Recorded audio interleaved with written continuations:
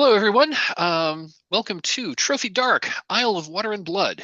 We are playing with Open Hearth Gaming's Shared Hearth Open Gaming Weekend, which is sort of our annual mini-con. My name is Mike. My pronouns are he, him. I'll be the GM for this adventure. Um, just a little bit. So Trophy Dark is a rules-light collaborative story game about desperate treasure hunters seeking treasures they don't deserve in a place that does not want them there. This is a horror game, and it is very likely that your character will not survive this. And those that do survive are generally going to be changed in some way and usually not for the better. This incursion, Isle of Water and Blood, I am the author of this incursion, and this shifts the standard sort of like dark fantasy setting to early 20th century New England. I've been playing with Open Hearth Gaming and its precursor organization since I want to say 2017. So it's been a few years. I haven't actually played a lot with Open Hearth this year just because I'm involved in a couple of other online gaming communities. Yeah, I don't don't have as many games with Open Hearth under my belt as I have in years past. But I've really I've learned so much playing with Open Hearth. I think it's been a really great experience for me. As for my role-playing history, I've been playing for a very long time. I started playing RPGs when I was a wee lad of 11 years old back in 1981. Cut my teeth with the Tom Moldvay edition of Dungeons and Dragons. Played a lot of D&D in the 80s. Played a lot of GURPS in the 90s. Played a lot of also played a lot of Call of Cthulhu in the 90s. In the aughts, I played some Amber Diceless role-playing. Then then kind of went all in D&D third edition. Into the early teens. We also switched over to Pathfinder. I was a forever GM for Pathfinder for many years, until I kind of felt like I was getting buried by the weight of the Pathfinder rules, both Yeah. physically and figuratively, and because I had literally every hardcover book they'd published and a whole bunch of third-party books, and I had the whole Adventure Path line, and it was fun. It was just too much, and I ended up having to pull the plug on my campaign and took a short hiatus in like 2015, and then in early 2016, an acquaintance invited me to join this group that was playing this little hippie indie game called Dungeon World, which is my first experience with story games, and it kind of like opened my brain to a whole new way of playing. And I've mostly been swimming in the deep end of the story game since. Trophy is one of my favorite games. I'm really excited you all want to play, and I've probably rambled too long. Let's go around the table and just introduce yourselves. Let me know your name, your pronouns, your history with Open Hearth, and if you want to talk about your RPG history, that's cool. Let's go clockwise as I have you on my gallery view here. So, Jeremiah, would you please say hello? Yeah, hi, I'm Jeremiah. I use he, him pronouns. I think this is my second official open hearth, shared hearth weekend, whatever it's called. Uh, yeah. Awesome. Welcome aboard. Um, and I know I asked for a show of hands before I started recording. Have you played, and let me know if have you played Trophy before? No, I have not. It's on my Awesome. shelf, but I've never opened it. Fantastic. Oh, glad to have you. I hope this will be a good experience for you. Um, I got to run Trophy for the first time for Sean Nittner of Evil Hat Productions. About a month ago, I went to Strategicon in LA, and he was the guest of honor, and he happened to join my trophy table, and it was amazing. Anyway, cool. That sounds Welcome really aboard. cool. Um, Elizabeth, would you please introduce yourself? Hi everyone, my name's Elizabeth, she, her pronouns. I've been playing with Open Hearth and the predecessor probably 4 to 5 years now, and I enjoy Brindlewood Bay type games, Trophy Dark is outside of my usual fare, but Call of Cthulhu is one of my favorite systems and genres, and this seems to fall in line with that, and I'm looking forward to giving it a try. I think I've played Trophy Dark before. Some of the rules seem familiar, and Mike has given me a lot of information about the game and the framework, and I feel comfortable to dive right in. And fantastic. Glad to be playing with you again, Elizabeth. It's been a while. Funny you should mention Call of Cthulhu. This adventure actually, the framework of this adventure actually started out with a Call of Cthulhu adventure that I wrote back in the 90s. So that is the baseline of this adventure. Although in this version, you will be playing the cultists. That's the twist. Yeah, in this game, you'll be playing the cultists. And in the original adventure, the investigators were there to stop.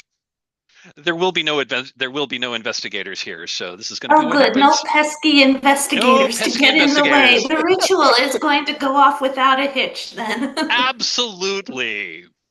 Yeah. Cool. So welcome. Glad to have you. Glad to be gaming with you again, Elizabeth. Neal, would you please introduce yourself?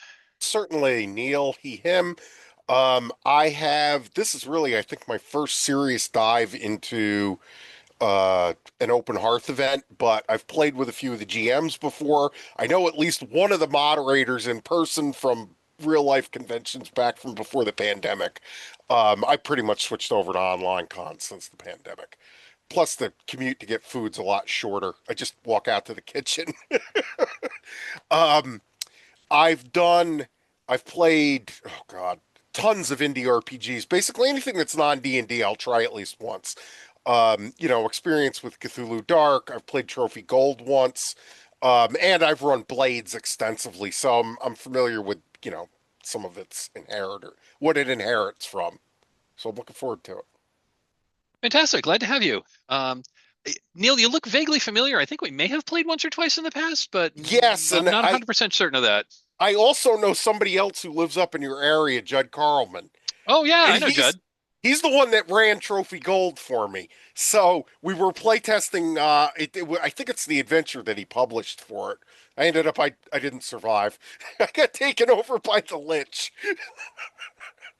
It happens. Oh yeah. I know that adventure. I've read it. I haven't played it yet. Judd's great. It's a shame that I haven't actually gotten a chance to play with Judd since before the pandemic. Even though we live in the same town. Anyway. Such as the dictates of one's schedule. Mint, would you please introduce yourself? Is it okay? My audio is working. Hi, Mint, she, her. I've been playing and GMing games since 2018. I've been kind of, what's the word? Not cyber stalking. Less creepy than that. But I've been kind of on the outskirts of the open hearth for a while, but I just kind of jumped into the deep end last year with the shared hearth. And I've been playing on and off since. I also run a tabletop blog where I basically just compile recommendations of games according to specific themes. And yeah, that's me. Very cool. Welcome. Glad to have you. Thanks. Alrighty. Okay, introductions aside, I like to start this off with a CATS discussion.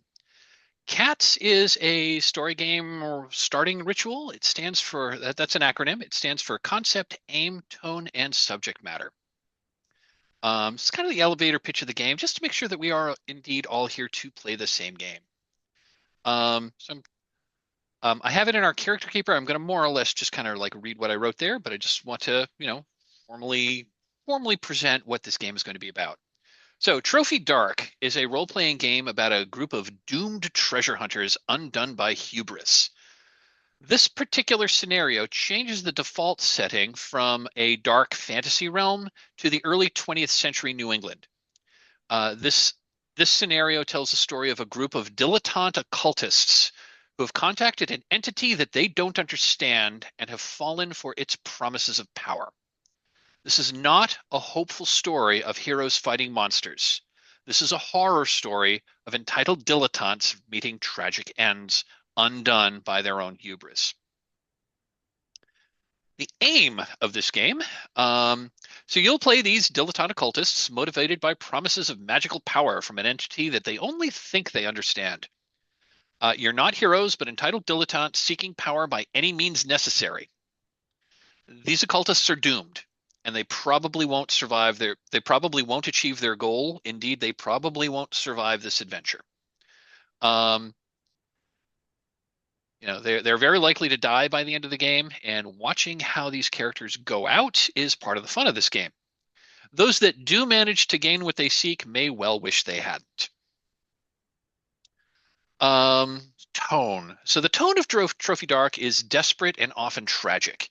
You'll likely encounter conflict or tension between the treasure hunters, where players and the game encourages players to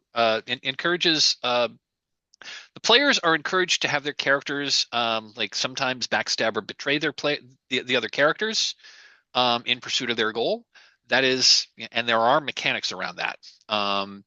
And especially as we move deeper into the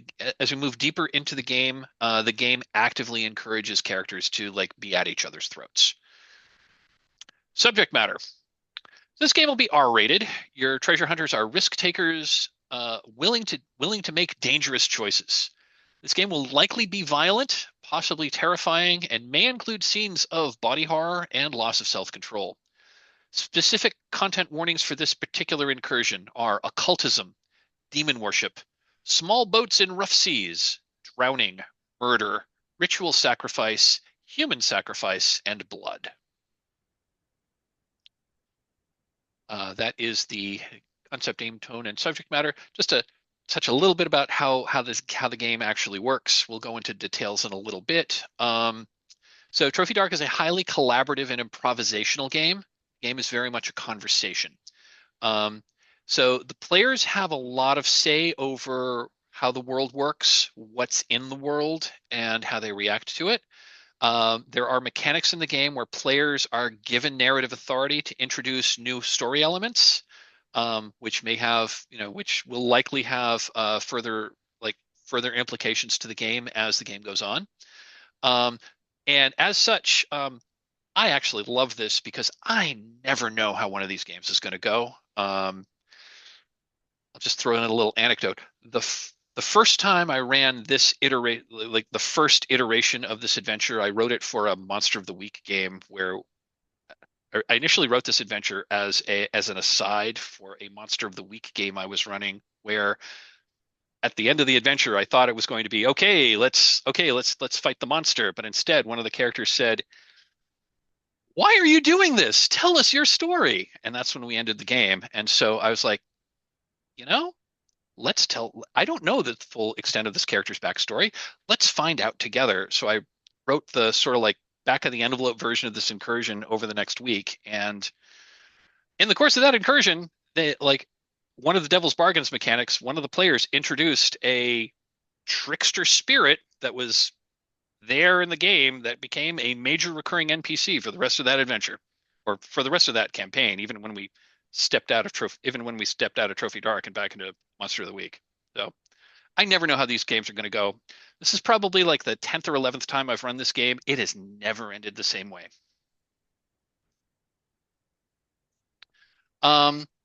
So like I said, in this game, your characters are very likely going to like meet a foul end. And the idea for this game is as players, you play to win until it's time to play to lose. And again, part of the fun is like watching your character go out in a blaze of glory, or a blaze of hubris, or a blaze of, having to finally lie in this bed that you've made for yourself. And the game uses 6-sided dice of 2 different colors. That ends the cats discussion and a little talking about gameplay. Any questions before we move on? Okay, the next thing we want to talk about is emotional. Oh, yes, Mint, please. Just a quick, can I check in with everybody? Because I had an idea after you introduced the safety tools. How do people feel about cannibalism? We can. Yeah, you can also just hit check I'm okay. boxes. I am okay with that, and we can talk about that. We can certainly talk about that as as we move into safety tools. If we want to call out cannibalism as something we want to put a line of veil around, or if we're okay, I'm going to add it right now to the lines and veils list. Oh, looks like someone already has. Fantastic. Thanks.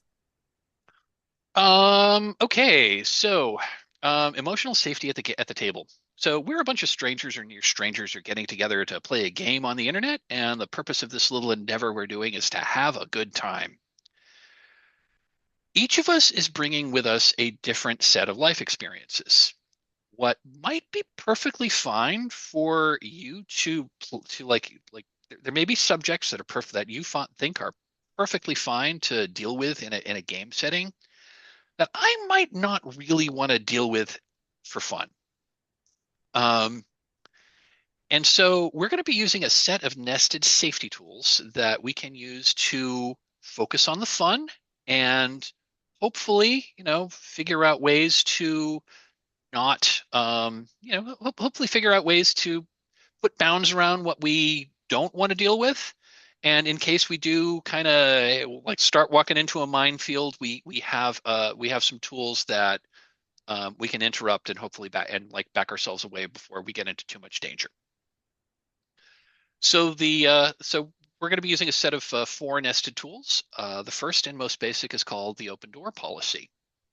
Open door is very simple, and it's about your personal comfort and safety, and that is we are all free to come and go from this game as we please.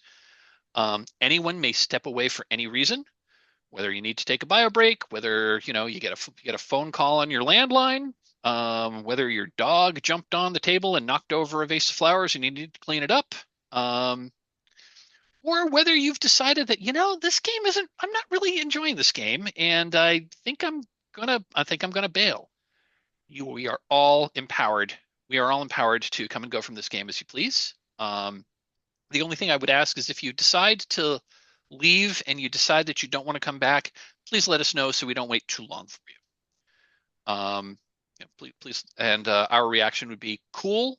Sorry, this game wasn't to your liking. Hope we can play again. Hope we can play something more to your liking in the future. Because life's too short to play a game you're not having fun with. That is open door. Any questions about that? Okay, moving on. The next tool we're going to talk about is called Lines and Veils. This is a tool that was developed in the late aughts by game designer Ron Edwards for his game Sorcerer. With Lines and Veils, we're going to call out specific subject matters and put some bounds around them. If a subject is lined, that means it will not appear in the game. I want to introduce it. You want to introduce it. If I am playing from a prepared adventure, and if that subject was going to be in that, I would be, I'll like on the fly right around it.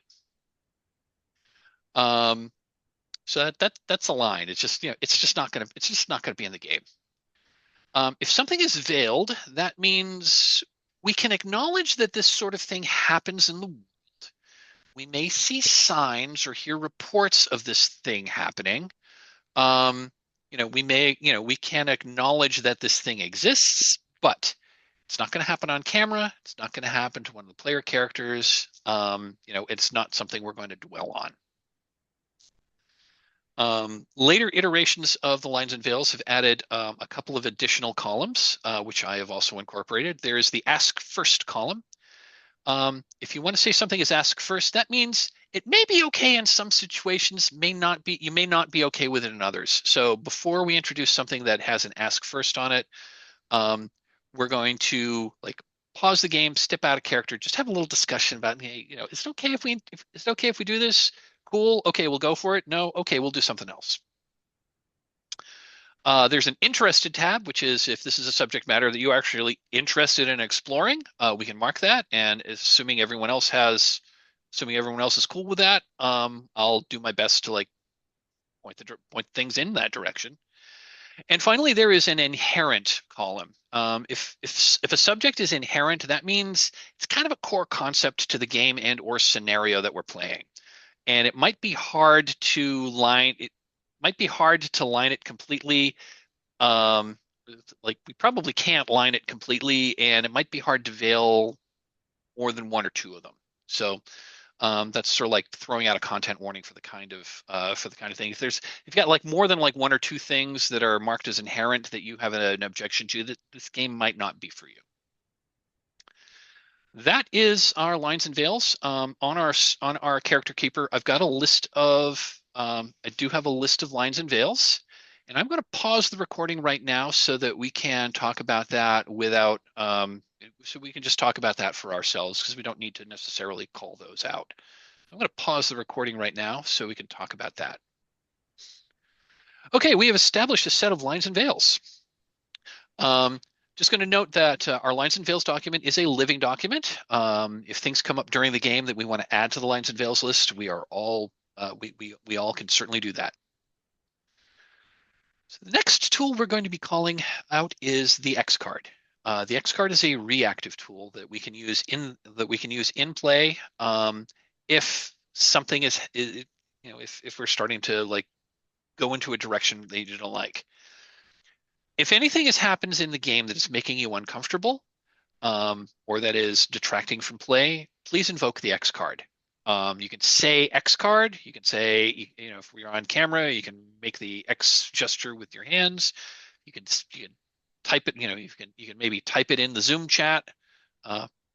Let's use Zoom chat, not Discord chat, because that's going to be buried under a bunch of my windows. Or you can just say, hey, whoa, can we take a step back here?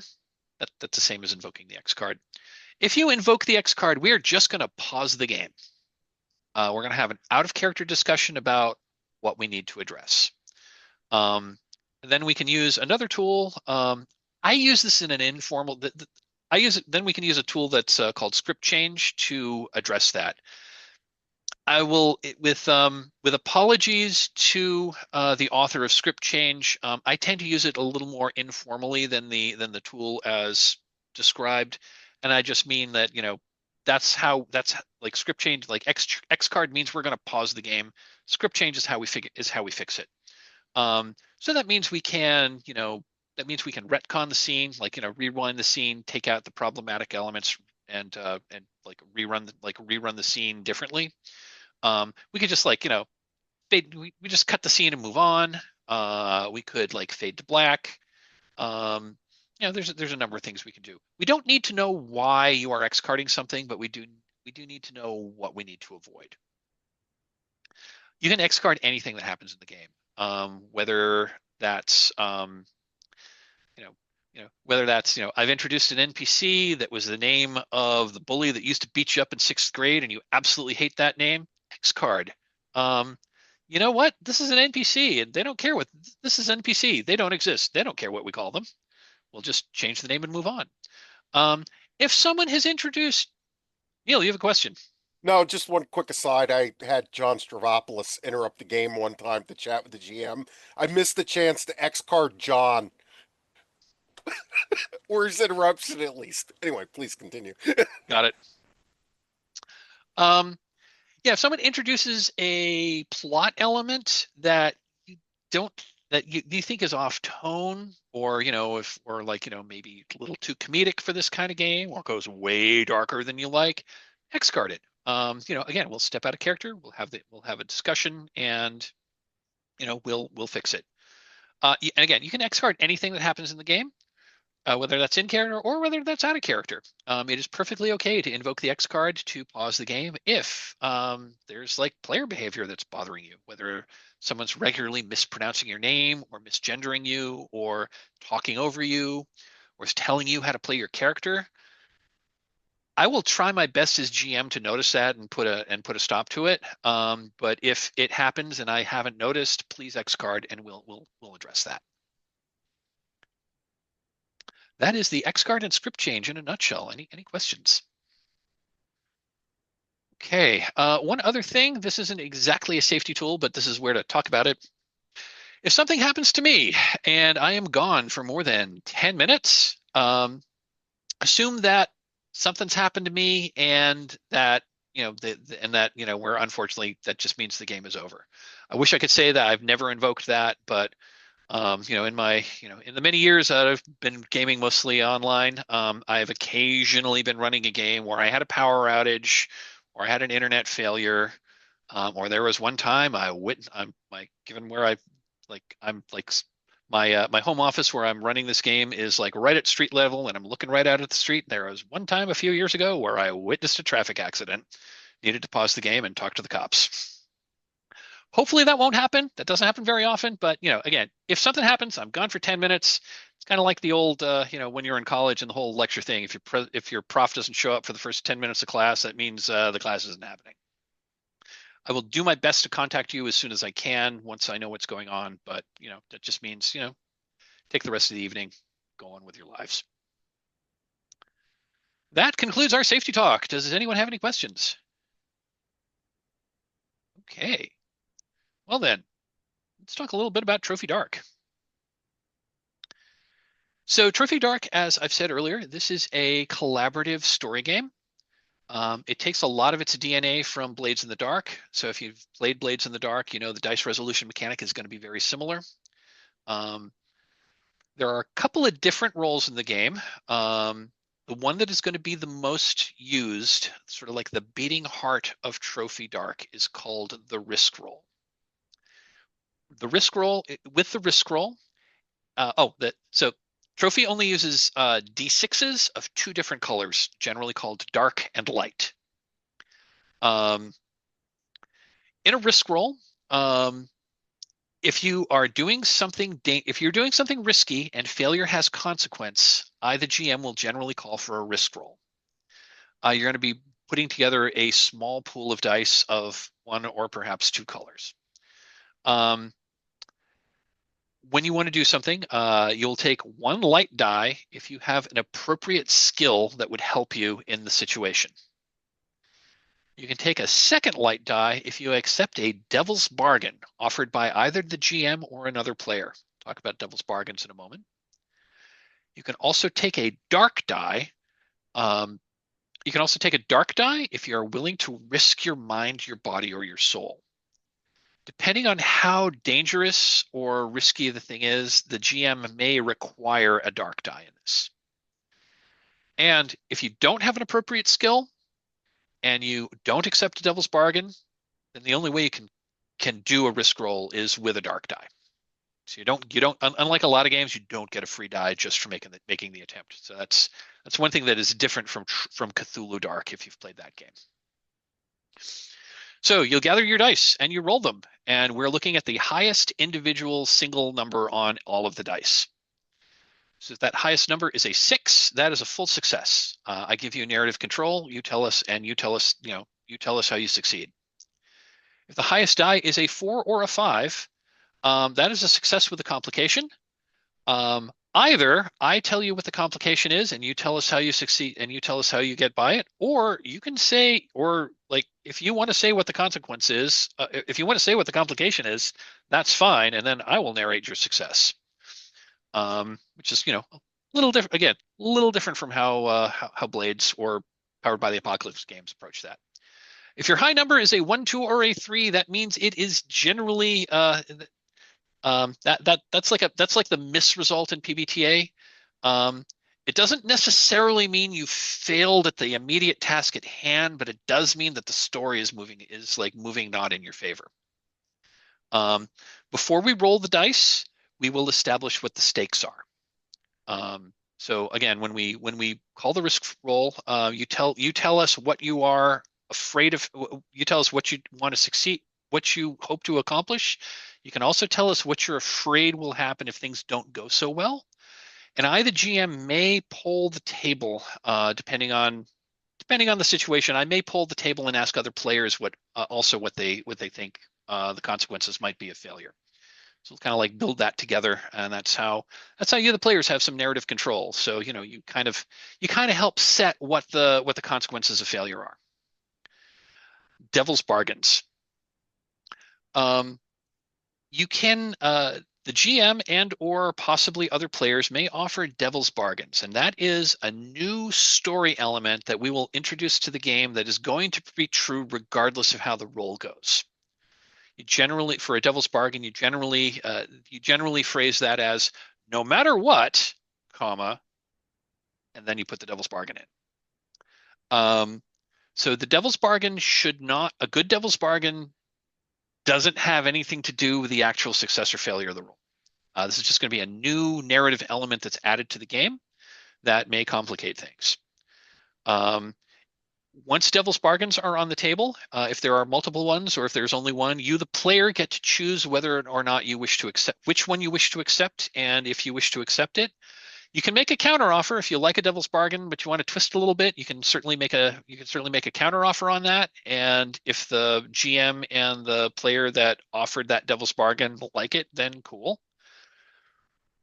If your devil's bargain has direct impact on other players, on other player characters, the player of that other character would also need to agree. So once we, again, talking about devil's bargains. So like, let's say this is a mundane example, but let's say you want to jump. Let's say that you're being chased by a monster and you want to jump over it, and you need to jump over a chasm to escape the monster. A good devil's bargain would be something. A good devil's bargain would be something like, no matter what, I drop my pistol and it lands at the bottom, and it lands at the. I drop my pistol while I jump, and it lands at the bottom of the chasm. So that's something that could be true regardless of whether or not you succeed. Or another one would be like, I jump over the like another devil's bargain would be like, well, on the other side of the chasm is like my old enemy from my past. It has nothing to do with jumping over the chasm, but that's a new narrative element that we could add. A not good devil's bargain would be, well, I don't get across. I'm hanging from the edge. I'm like hanging from the edge of the cliff. That's not really a devil's bargain there, because that's dictating the outcome of the action. That makes sense? Okay, we'll talk about more of that once we actually encounter risk rolls, and we will have a lot of risk rolls in this game. One other thing about risk rolls, there is a magic system in this game that is something called rituals, and we'll talk about that in a little bit when we get to character creation. Rituals are basically like magic spells. It's not so much a spell you're casting, it's an actual ritual you're performing that's going to have a magical effect. And you can tell us how that works. You'll have a choice to learn up to 3 rituals. Even knowing rituals has a cost. Unlike spells in D&D, they are not guaranteed to succeed. Using a ritual is a risk roll that must include a dark dice. Generally, when you roll a dark die, that could have direct impact on your character. Your character has a ruin score. That's kind of sort of like hit points, but not really. Your ruin starts at 1, and whenever you, for the most part, whenever you're rolling a dark die, and that dark die is high. So if you're rolling a risk roll and you get a 6 on the dark die, that's a full success. You still 100% succeed. You have narrative control. But we then look at the number on the dark die, compare it to your character's ruin score. If the number on the dark die is higher than your character's ruin score, your ruin increases by 1.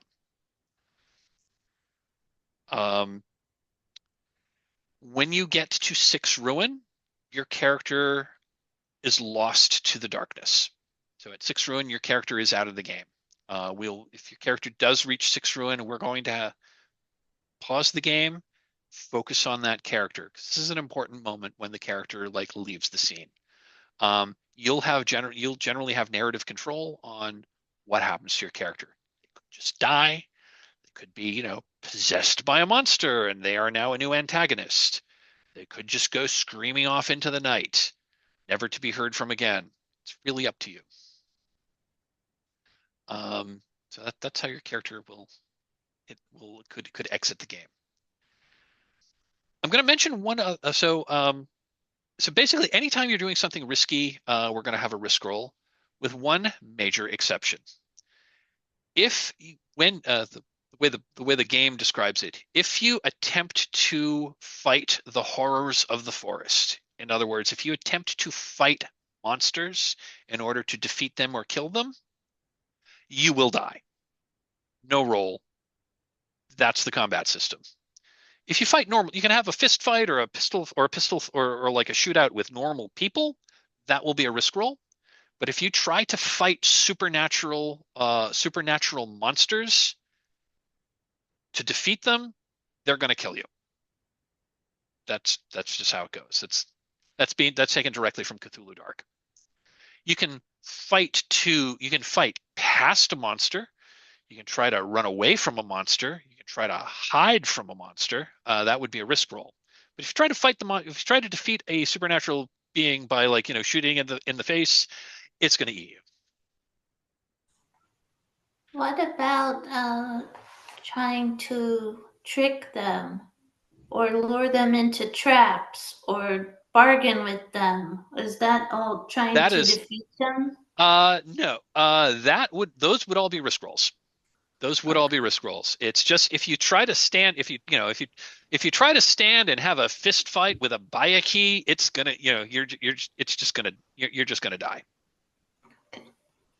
But yeah, if you want to try to bargain with them, if you want to try to hide from them, reason with them, run away from them, then we'll go to the dice for that.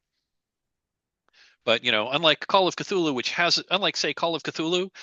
a combat system that you really shouldn't engage with because you're probably gonna die anyway, this one just kind of does away with all that. No, if you try to fight the monsters, they're gonna win. They're beyond human capabilities. If you want to fight normal people or normal animals, just say we don't have a that's if you're being chased, if you're attacked by a mountain lion, that would probably be a risk roll. If you're attacked by a werewolf, you're just going to die if you try to stand and fight. That's the combat system. There is a way to reduce your ruin. Once you hit ruin 5, there's a way to reduce your ruin score through a thing called a reduction roll. We'll talk about that if and when that comes up. There's a few other rolls in the game. There's a contest roll that happens if 2 or more characters are trying to are either directly competing with each other to either in a really not either in a direct conflict, or if you're both trying to do the same thing and get a race, or you're both trying to get the magic amulet before the other one does. There's a contest roll that we can talk about. That one usually doesn't. That one contest rolls don't usually show up until toward the end game, but could come up or sooner. There's also a help roll. There's also a help roll where you can attempt to assist another player in their risk roll, and we'll talk about those if and when they happen. There's also a roll which is specific to Trophy Dark called the Ruin roll.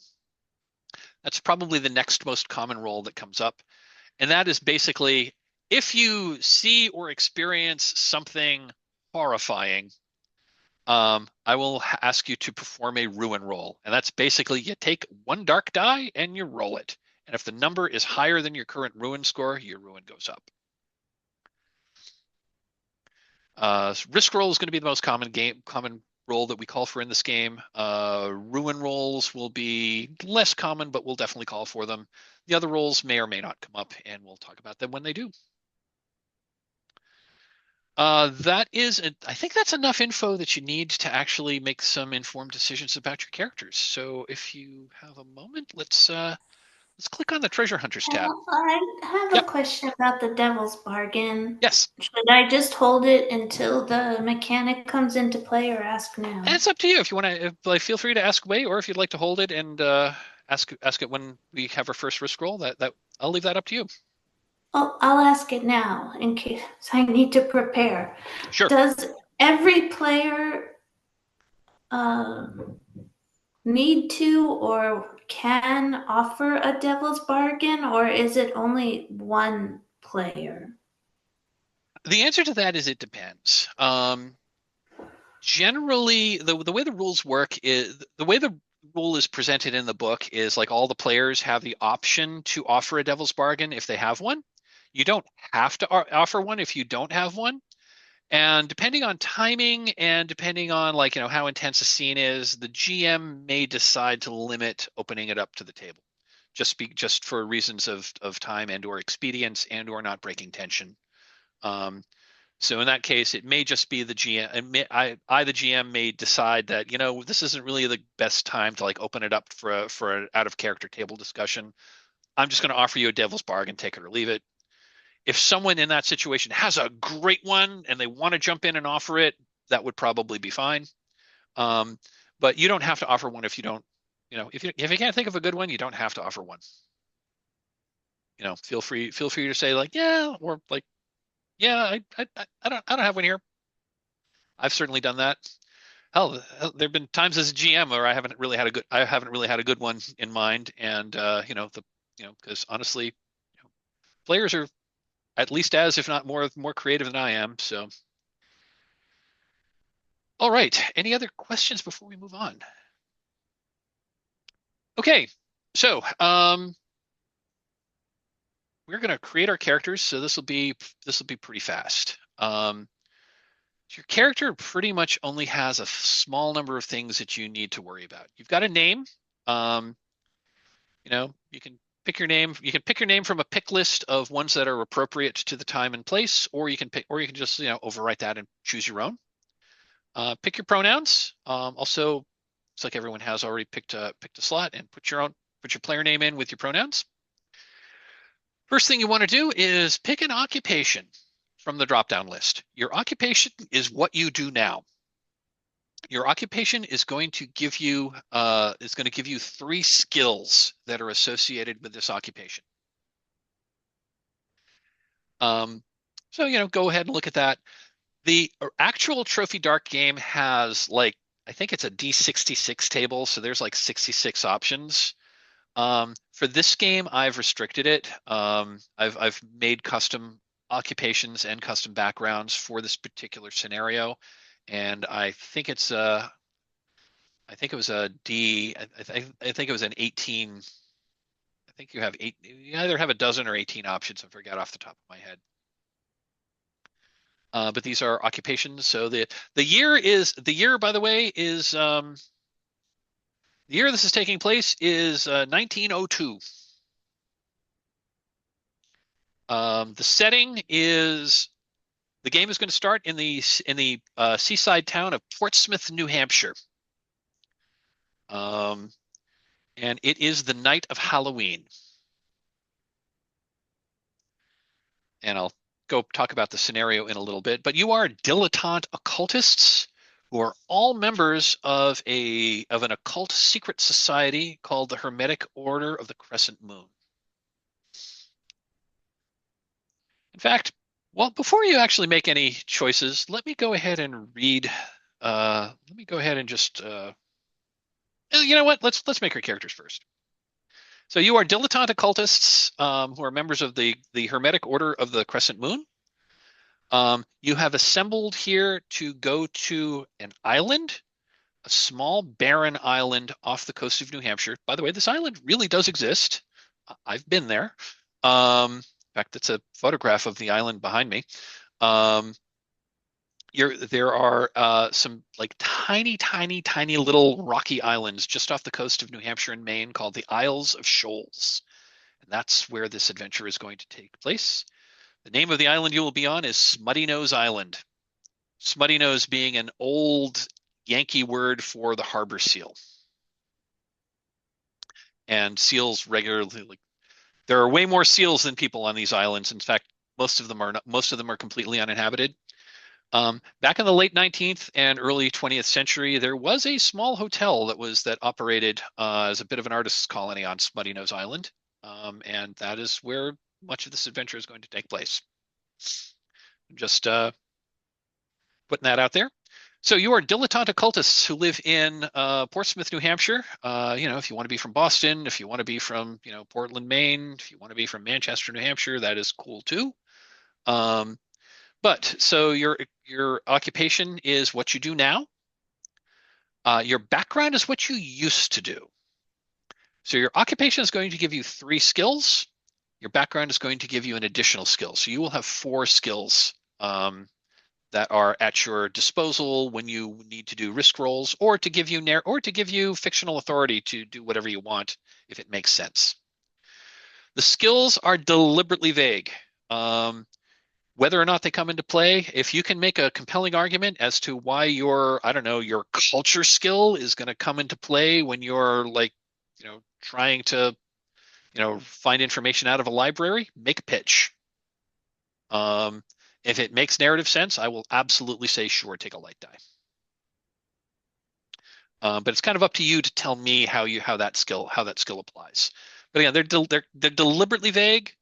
It's kind of like give you some narrative leeway on how you want to use them. So in addition to your occupation and your background, you have a drive, and your drive is why you're doing this in the first place. I've written drives specifically for this adventure to kind of appeal to different kinds of occultists and why they might be interested in early 20th century magic. Other thing I want to talk about are rituals. So rituals are magic. Rituals are like actual legit magic that you may know how to perform to cause this magical effect to come into being. The rituals have a name, and they have a very short and, again, deliberately vague description. You can choose 0, 1, 2, or 3 rituals. Just knowing a ritual does bad things to your mind. For every ritual you know, your initial starting ruin increases by 1. So if you don't know any rituals, your starting ruin will be 1. If you know 1 ritual, your starting ruin will be 2. If you have 2 rituals, your starting ruin will be 3. And if you know 3 rituals, your starting ruin is 4. At 6, you're dead. So there's a little bit of a trade-off there. Flexibility versus, flexibility with having access to magic, or how close you are to the wrong side of the grass. The rituals are deliberately vague. They can be as powerful or as mundane as is as narratively appropriate. Generally, the more dangerous you're trying to do with a ritual, the more dire the stakes are going to be. So again, using a ritual is going to be a risk roll that must include a dark die.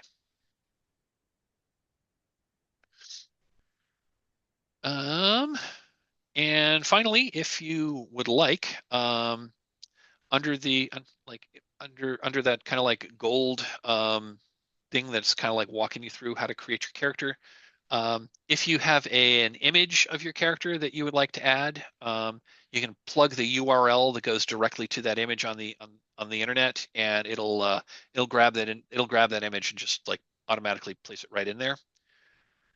If you don't, it's just going to throw if you don't, that's fine. It's just going to throw a trophy logo in once you've completed the walkthrough.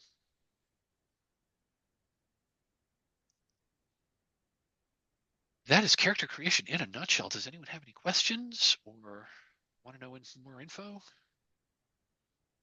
I think once we're done here, I think I'm going to call our first break. I'm going to call a 10-minute break once we're all done. Then we'll come back, introduce our characters, and then I will introduce the adventure.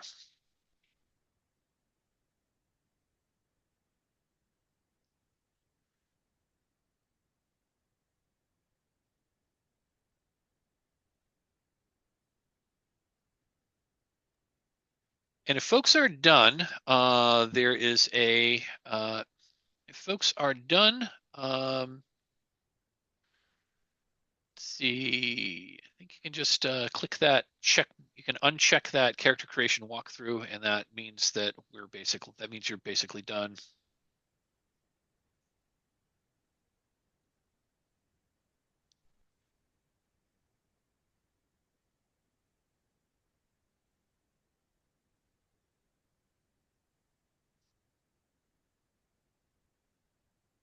quick shout out to Mint and Neal both for having this two of the same ideas I had for characters. I was trying to wait. Same. I was so tempted to put I do have backups if there's something you want to take off of my character sheet. No, not at all. The stage magician just seems like such a useless choice, especially if he's not actually like my thought is he thinks the occult is bunk. So I will say one other thing I do want to mention about rituals is it is a risk roll. So in order to do that, in order to get that first light die, you need to have an appropriate skill.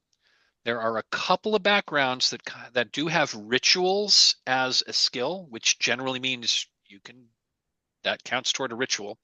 There are others that may or may not come into play. Like, for example, I think there's one that has like has spirits as a skill.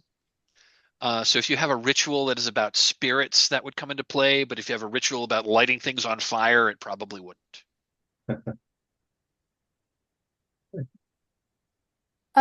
If I wanted to add extra lines for notes, Control plus Enter, is that supposed Yep. to do the trick? Yeah, if you do Control Enter, or I think Command Enter on a Mac, that'll add an extra line within. I think that is set to wrap. Let me just make sure. I'm not entirely sure if I'm getting what I So- want from that. Wrap.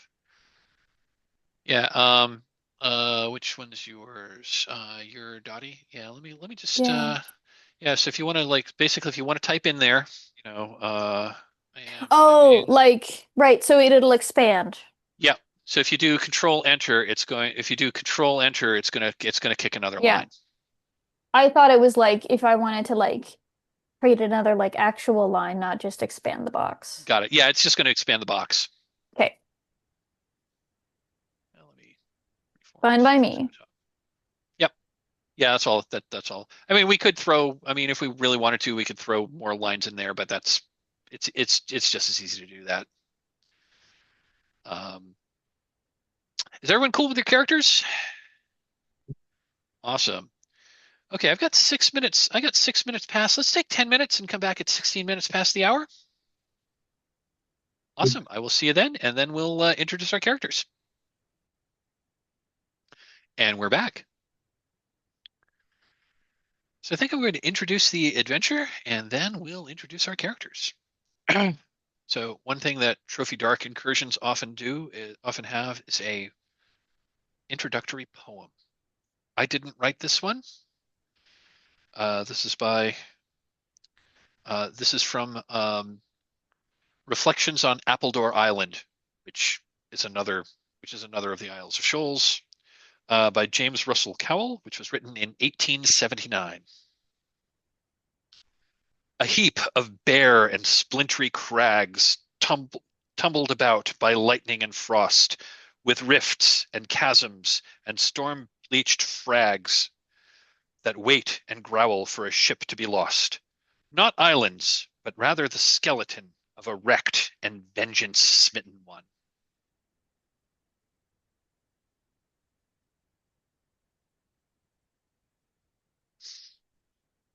A letter. Portsmouth, New Hampshire, October 12th, 1902. Dear Magister Reynolds. Moment, I need to actually put my reading glasses on. Getting old is annoying. Dear Magister Reynolds, we have done it! Through Mistress Wentworth's divinations, via tarot and talking board, the Hermetic Order of the Crescent Moon has contacted a spirit of great power. The entity says its name is Kulshedra, and that it was once a high priestess on the lost continent of Lemuria 6,000 years ago. We have entreated the spirit to share its wisdom with us, and it has agreed. In exchange, it has provided us with a ritual of summoning that can call its avatar into the world, through which it promises to teach us ancient occult wisdom. But the timetable for this ritual is short. It must be performed under the star Algol as it rises on the eve of Shamain under a new moon, which your almanac will tell you is in but 9 days. It will be 27 years before that astronomical event recurs. Furthermore, this ritual can only be performed on a solid ground where the sea is no farther than a bow shot in any direction. It is fortuitous that our cabal is located where it is. The Isles of Shoals are a mere hour's sail east of Portsmouth Harbor. I have taken the liberty to rent out the seasonal hotel, the Mid-Ocean House on Smuttynose Island that night. I sincerely hope that you can join us for this momentous event. Not even Aleister Crowley himself could imagine the hermetic secrets that Kulshedra shall bestow upon us. I remain, dear sir, your obedient servant, Dr. Arthur Tillinghast, Magister Esquire.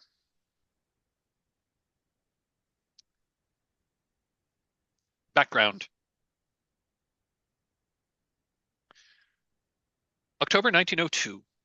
A coven of occultists in Portsmouth, New Hampshire, who call themselves the Hermetic Order of the Crescent Moon, seek greater and greater magical power. Led by a discredited academic named Arthur Tillinghast, the Cabal has discovered a ritual to contact an otherworldly entity called Kulshedra, whom they believe to be an enlightened spirit from a lost age who will teach them arcane secrets. The ritual needs to be conducted on an island in the ocean as the star Algol rises over the horizon during a new moon on the night of Halloween. Needless to say, these dilettante cultists don't quite understand what they are getting themselves into. Tillinghast has rented the Mid-Ocean House, a small seasonal hotel on Smuttynose Island, one of the Isles of Shoals, located 6 miles from shore, 12 miles from the harbor. The ritual culminates at 2 a.m. The order has chartered a steamboat to take them across. The boat was to leave at 2 o'clock p.m., but it is now nearly sunset. The assembled occultists have been waiting at the pier for 3 hours. Their boat has not yet appeared.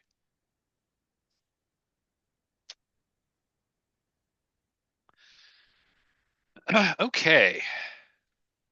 So we find our occultists gathered at a pier at a prearranged dock for their chartered boat to take them to Smuttynose Island. The boat hasn't arrived. It was supposed to be here 3 hours ago.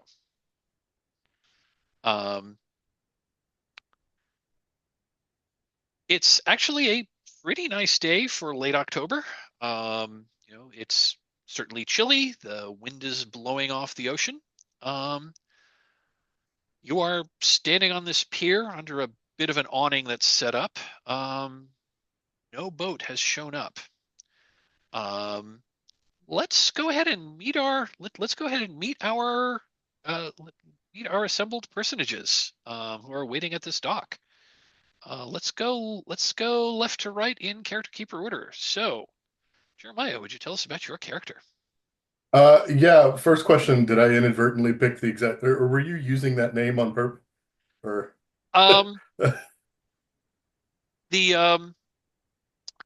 you if you want to change your name, so Arthur Tillinghast was the Arthur Tillinghast was the name of the NPC when in the first iteration of this game. Arthur Tillinghast was the name of the leader of the occultists. I just reused all the names that I wrote back in the 90s. I see. Sure. I've also used them for the player characters default names. If you want to change it, that's fine. If not, if you want to be the leader of this group, you can be the leader of this group. Oh no, I don't. I can okay. change it if it makes it less confusing. I'm just going to choose a different name from the list. That works. You could be his brother. Might want to pick one other than Winton Ashford because Neal's chosen Is that another? one. Oh, oops, that's another one that's been chosen. I might just have to come. And again, if you want to just make one up, that's also absolutely fine. That's so much more work. I'll be Charles. Charles Henderson. Sure. Okay, cool. Charles it is. I'm Charles. My current occupation is explorer / tour guide. I think probably played some kind of college sport. So what is your background? Injured athlete. So I don't know what an appropriate sport would be in the 1920s, but football, rugby, hockey, baseball. I mean, yeah. But the only one that wasn't super popular that is popular today is basketball. Sure, yeah. which was around. It just wasn't particularly popular at the time. Sure. I wonder what like a more. I was thinking of Polo? like what's a more rich. Ooh, yeah, I like that. Yeah, something that's maybe more of a rich person sport. Polo. Injured Yeah. in a bizarre curling accident. Um, I like polo. You know, you were knocked from your horse, and maybe your horse Yeah, something like maybe that. the horse stepped on you while you were down. Yeah, I'm good with that. nice. Love it. What is your drive? My drive is to lead an expedition to Egypt. It's like hearing I all just these rumors coming out of Africa, and you know, I just noticed a typo in the there's a character keeper. typo. Yeah, I'm gonna need to go in and fix that, but I'm not gonna do that now. yeah. Fantastic. Do you know any rituals? I decided not to. I feel like it'd be fun if one of us was just total Absolutely, non-ritual person. So absolutely I'll be fine. that guy. Absolutely fine. And I'm going to ask, how did you oh, okay. And like how did this isn't on your character sheet. How did you get mixed up with these occultists? Um, yeah, I didn't think about that ahead of time. Maybe I'm from the area and I got mixed up and like it probably started out innocent enough and then suddenly I figure out, hey, there's weird stuff going on, and then you make friends, you get brought in, and then you drink the Kool-Aid and it's all good. There we go. Love it. Yeah. Fantastic. Mint, would you please introduce us to your character? So I'm going to be playing Dottie Wentworth, but you can just call her Dot. She's a naturalist, but she formerly was an academic. I think that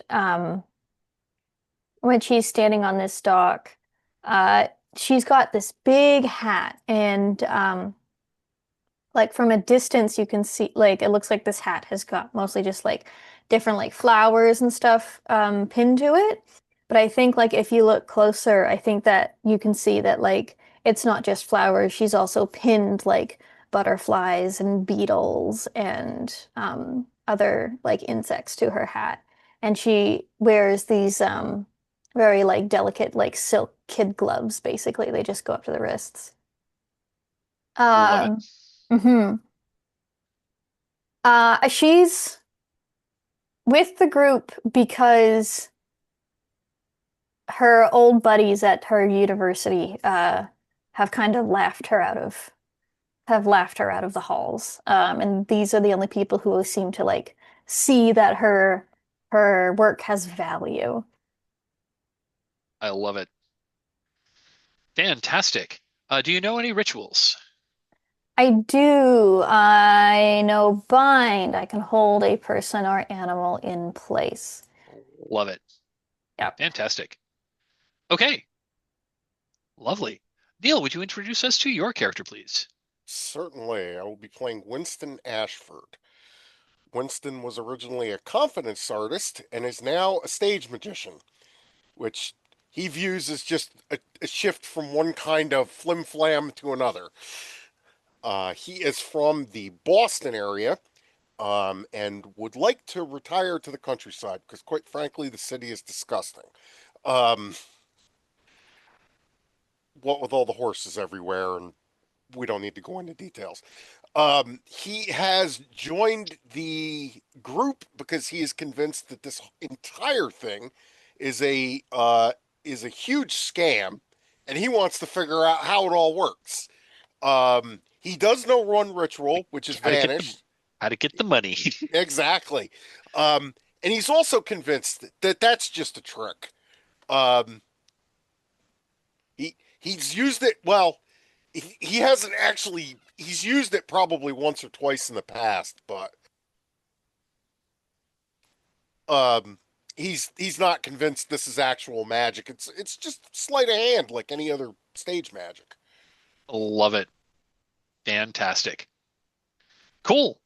Elizabeth, would you please introduce us to your character?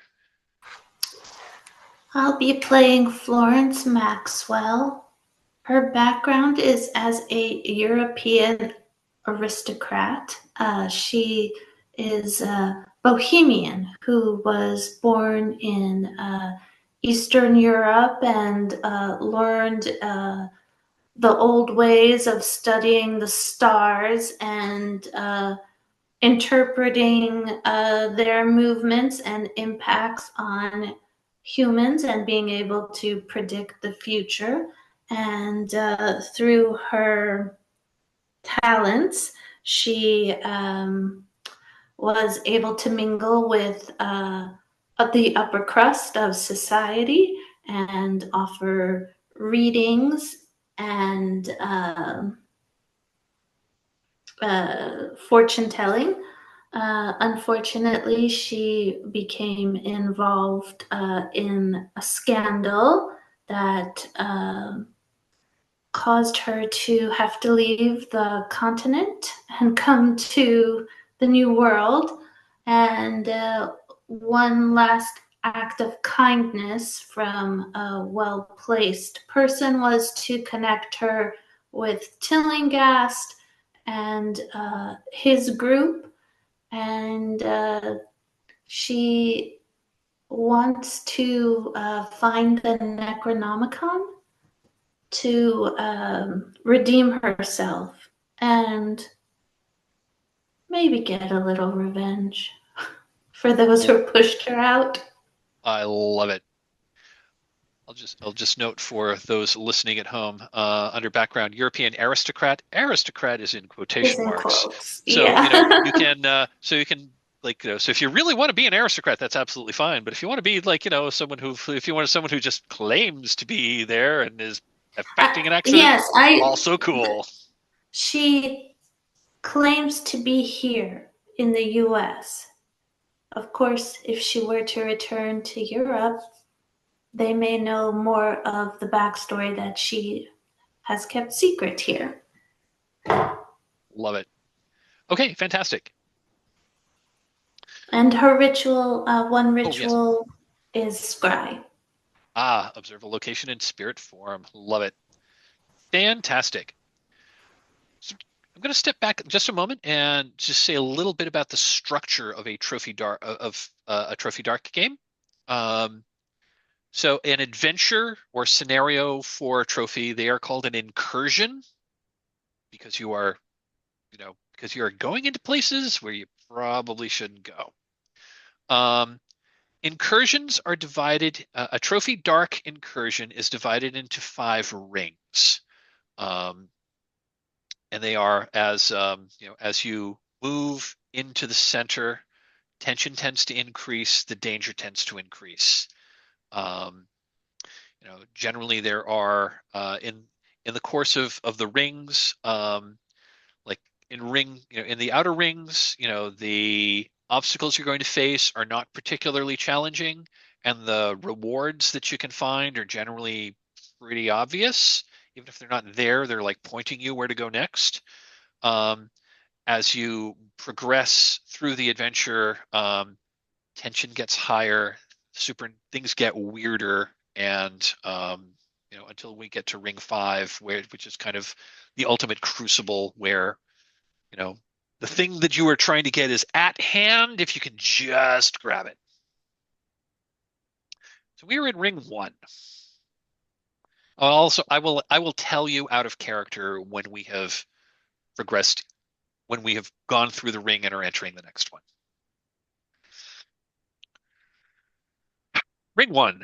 The occultists have gathered at the prearranged dock for their chartered boat to take them to Smuttynose Island, only to find that their boat has not arrived and it is getting late. You've been here since 2.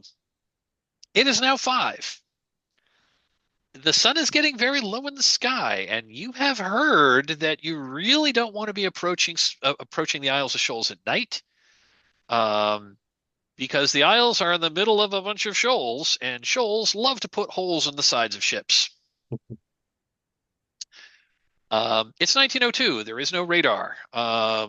There is no radar. There is no sat nav. Everything's done by celestial navigation, line of sight, and using accurate charts. Now, the charts from 1902, they're pretty accurate. But you can't, if you can't see where you are, it's kind of hard to avoid that big rock that's lurking only like 18 inches below the surface. So it's getting late. This is the night of the ritual. If you don't do it tonight, you're going to have to wait 27 years for the next time the stars are right. Okay, I guess the first question is, are there any other boats available, occupied or otherwise? Actually, yeah. Actually, yes. This is a bustling port. In fact, on the dock that you're on, because you're on a dock which has, this chartered steamboat that usually takes people out for sightseeing tours around, or you can also charter them to go out and maybe do some more fishing, or we'll also ferry you to Smuttynose Island, to the mid-ocean house, which is on Smuttynose Island. There's also another hotel on Appledore Island. That one, by the way, out of character. That one is still there in 2025, but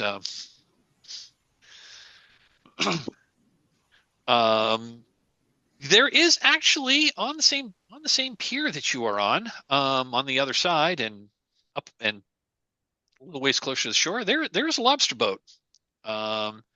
There are a couple of fishermen that are unloading their lobster traps and putting the lobster that they've caught into a big tank that's on shore.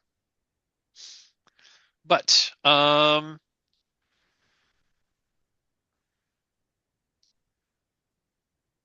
I've got a couple of questions to sort of set the scene here. Why is it just you four? The Hermetic Order probably has about a dozen members. Why is it only the four of you that have shown? Maybe it's a sacred number to the ritual. Can I suggest that I had a really big argument with like a small coterie of the faction, the order that we were originally planning to go with, and maybe some insults were passed back and forth, and I think I've seriously offended them. Love it. Cynthia. I had a big argument with Cynthia, and I think let me know if I'm contributing too much. Keep going. I think I have a theory that she's maybe the reason why the boat is late. Okay. I have a second question to all of you, and this is this is something that you don't necessarily are expressing with your other characters, but I'm curious as to what is your secret fear about this ritual that you are about to do? I'm going to add, I'm asking that each of you individually. If anyone would like to go, I'm happy to call on folks if you need a moment to think about it. Neal, what's your secret fear about the ritual? Winston's afraid this is a giant waste of time and there's no way to monetize this. That it's just going to be some pseudo-religious nonsense, and we're going to be standing out in the dark for no reason.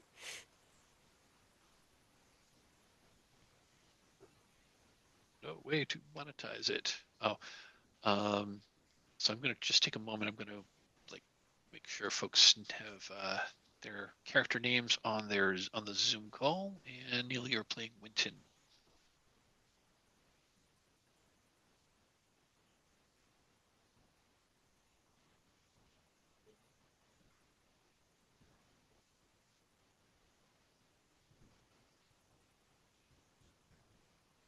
If I could actually type, that would be nice.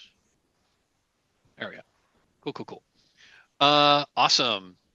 Anyone have another fear that they would like to share as a player to the other players? Oh, are we speaking this out loud to the others, or can this be kept private? I'm thinking this is like I think the viewers at home would have seen this, as would only be seeing this, as like a scene of you writing in your journal, or it might be like a it might be like, looking at you, like a scene of you looking out to sea with just a voiceover. So this isn't necessarily anything that you're articulating to the other characters, but Okay. what is your secret fear of this ritual? Florence's secret fear is that the ritual is all in service for Tillinghast, and that the power and the knowledge won't be shared. And something will be taken from her, from me, in order to complete the ritual. Love it.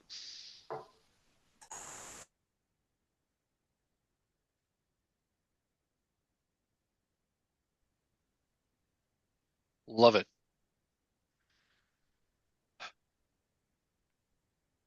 Jeremiah, does Charles have a secret fear? Maybe I was trying to pull back up the event description, but it's disappeared off playable now. I was Uh-oh. trying to remind myself some of the details, and I don't have that link anymore. Sorry. Oh, I didn't know that disappeared. Well, If you like check, not disappeared, Oh. it just doesn't show in my upcoming games because it's now not an upcoming game. If you, I think there should be a link to past games Let's see. because since it has started, since it started anyway. Yeah. Let me see if we can pull it up for you. alternatively, if you do /games/1584/overview, you might get it. Oh, hey, there's 1584. That's it. Okay. Well, Jeremiah is thinking. Dot, do you have a secret fear, or does Dot have a secret fear about this? I think that her secret fear is kind of represented in as she's like standing on the dock waiting for this boat to arrive. She's gripping like I think it's like a sheaf like of an academic newsletter, and there's like the name of one of her rival academics, and like a claim that Miss Wentworth is all bunk and that she doesn't know what she's getting into, and she's gone off the deep end, so to speak. Love it. I think Charles's fear, not just within this group for the specific ritual, but maybe within the cult as a whole, is like he's probably one of the very few that doesn't have like any real occult knowledge or ability. So I think he has this fear of like kind of not being worthy or might get left behind or will be seen as not necessary.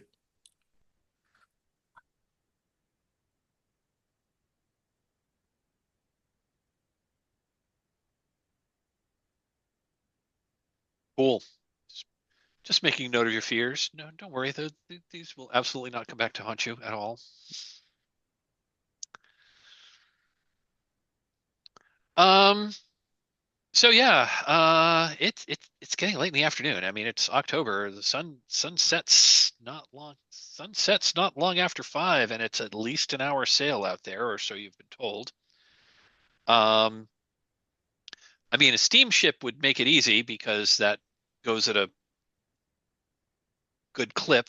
They don't. You do see, like I said, there is that fishing, there is that lobster boat that's not too, that's like on the same dock. Maybe we can hire those guys. Well, if we must, we must. I was promised a comfortable ride over these bumpy waves.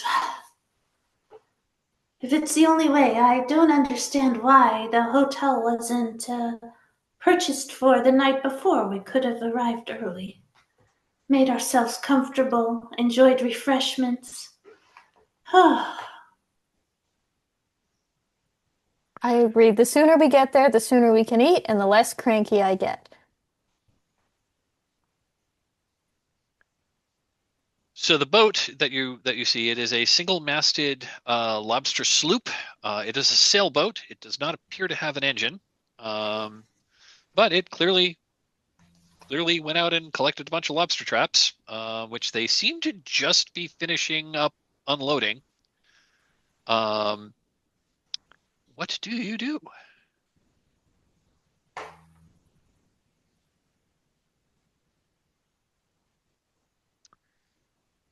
Winton is going to approach the group, and he'll say to them, "Fellas, do you mind? Are you looking for some additional work tonight? We need to get over to the island this evening. An appointment to keep and all that." So, so the boat has a crew of 2. There is an older man, looks to be maybe in his late 50s, early 60s, tall, lean, gray hair, kind of like a, kind of a full gray beard. He's wearing like a civilian captain's hat, but other than that, he's more or less dressed. He's more or less dressed like your typical seaman. He looks you up and down and says, "You want to get to the Isles of Shoals tonight? That's a dangerous. The sun's going to be setting in half an hour. It's at least an hour sail out there. That's a dangerous trip. As you could guess from the name Isles of Shoals, they're surrounded by shoals. Which of the islands? An experienced sailor couldn't navigate. One like yourself. Could I?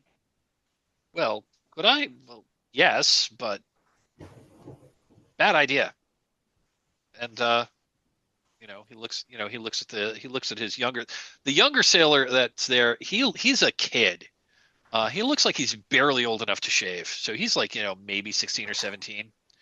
And he just kind of, the kid just kind of like shrugs his shoulders.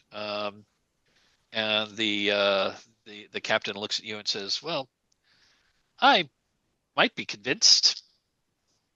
What are you offering?" I'm gonna step out of character one more thing. One thing you might notice when we created our characters is there was no space for equipment. You've got what makes sense for your character to have. If it makes narrative sense for you to have it, you've got it with you. I mean, so if you want to say that you've got a pistol, you've got a pistol. If you want to say that you've got a whole lot of cash on you, you've got a whole lot of cash on you. It has to make sense, though. I mean, not sure a dilettante occultist should be walking around Portsmouth Harbor with, like, I don't know, an elephant gun or, or a, you probably don't have your own personal Zeppelin, but if it makes sense narratively, then you just have it. Just for the excuse to make a roll, I'd like to try to either an acting or a deception check to try to haggle the guy down on price. Okay. While also talking up his skill at the same time. Okay. What are, like, basically, how much are you? Like, I mean, I'll just flat out say how much are you offering him? Keep in mind it's 1902, so like take $25 and basically $1 in 1902 is worth about $1 in 1902 is worth about $20 today. Right. So yeah, I mean, so if you offered him $100, he would absolutely take it. Right. Let's see if we can try to get him to do it, say, for half that, for 50. And then we'll meet somewhere in the middle. Sure. So you offer him 50. He counters. So basically, he wants 150. I mean, he just flat out asks you for $150 to take you over there, like right now, because of the danger. Right. And if you want to say and if you want to say you've got it, cool. If you want to try to haggle him down, we can absolutely go to the dice. Yeah, let's go to the dice just for the excuse of making a roll. Sure. So that we can look at the mechanics for that. Sure, we can do that. Mike, just before the roll, I just want to clear up, is the leader of our order, the Hermetic Order of the Crescent Moon, Magister Reynolds? No, the leader is Arthur Tillinghast. Magister Reynolds is some other occultist that Tillinghast was in correspondence with. Okay, the leader is Arthur Tillinghast, and he is not with you. You And thought, he, and I'm going to tell you, I'm going to say, you thought he would be here. Your best guess is he might have gone up. He might have gone ahead to like arrange yeah, things. and he would be known to people in the area. Probably. I Okay. mean, he'd be. I mean, I wouldn't go. He's probably not a public figure, but he's probably. I mean, Prominent citizen. he's a prominent citizen. He's like known among. He's probably be a. He'd probably be known at least among some people. I mean, he's not like the mayor. He's not a movie star, but he's probably kind of he's like the local wealthy eccentric.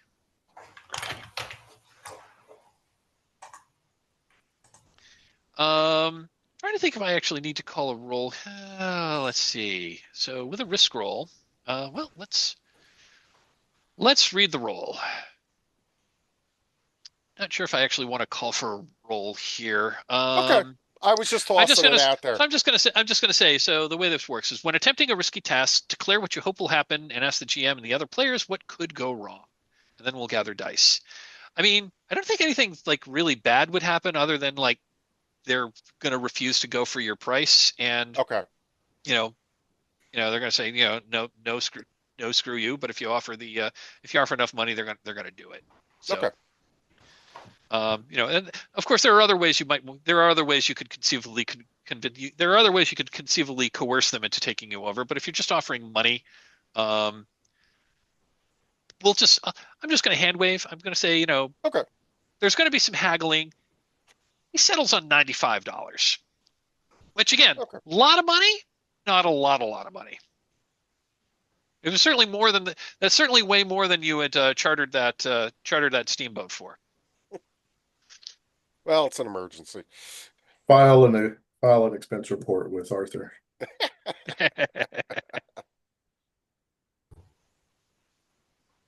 So again, he looks at the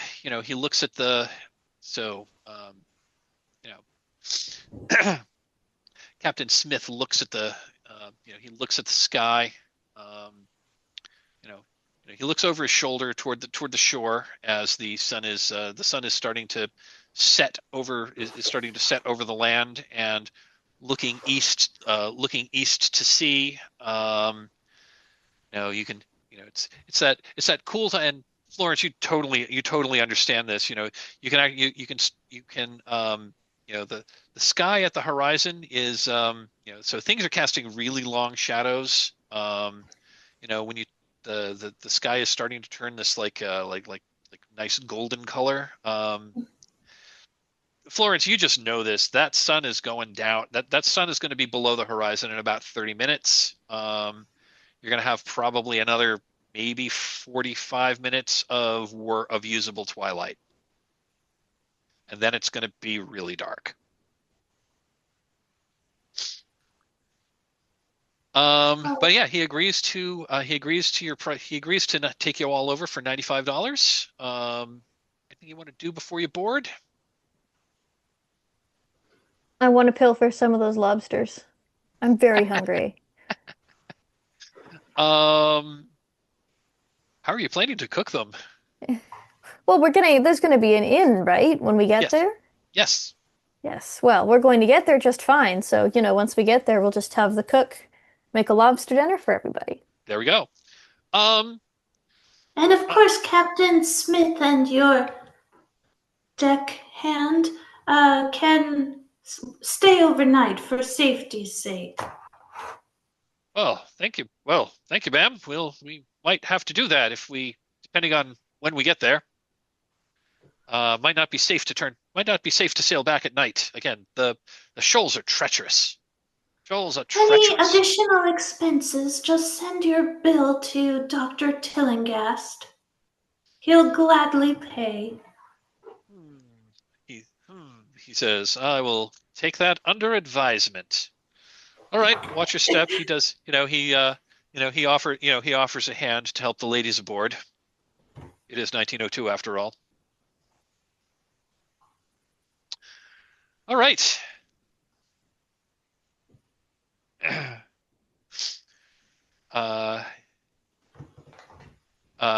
You are aboard the Sea Goose, a single-masted fishing sloop. The young sailor unties the lines. The captain, adjusts, and they adjust the sail, and you make your way across Portsmouth Harbor as the sun gets lower and lower in the sky. The sky is starting to turn this absolutely gorgeous golden color with pink in the clouds. It looks just beautiful as you sail into the wind. So ends ring 1.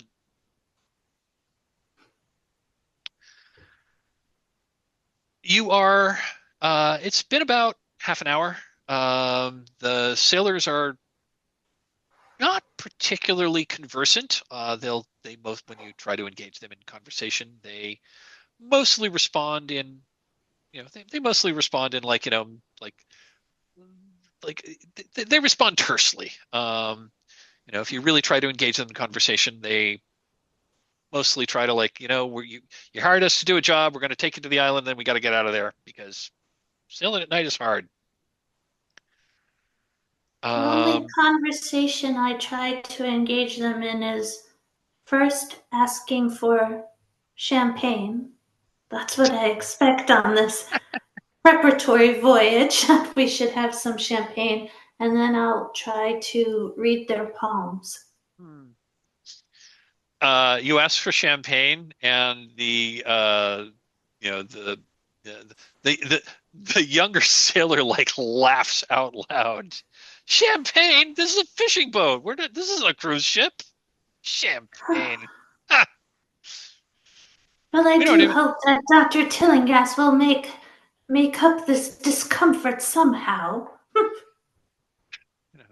Ma'am, you're on a fishing. Oh, and this is a working fishing boat. I mean, it's mostly tidy, but it smells like a fishing boat.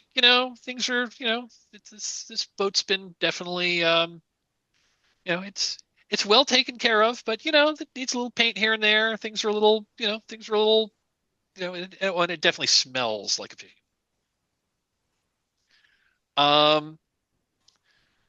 So as you're sailing, you're probably you're about half an hour into this 1 hour sail. And that's when the wind picks up. And the captain, a look of concern passes the captain's face as as a large wave buffets the ship, and it rocks back. The ship rocks back and forth. He barks orders at the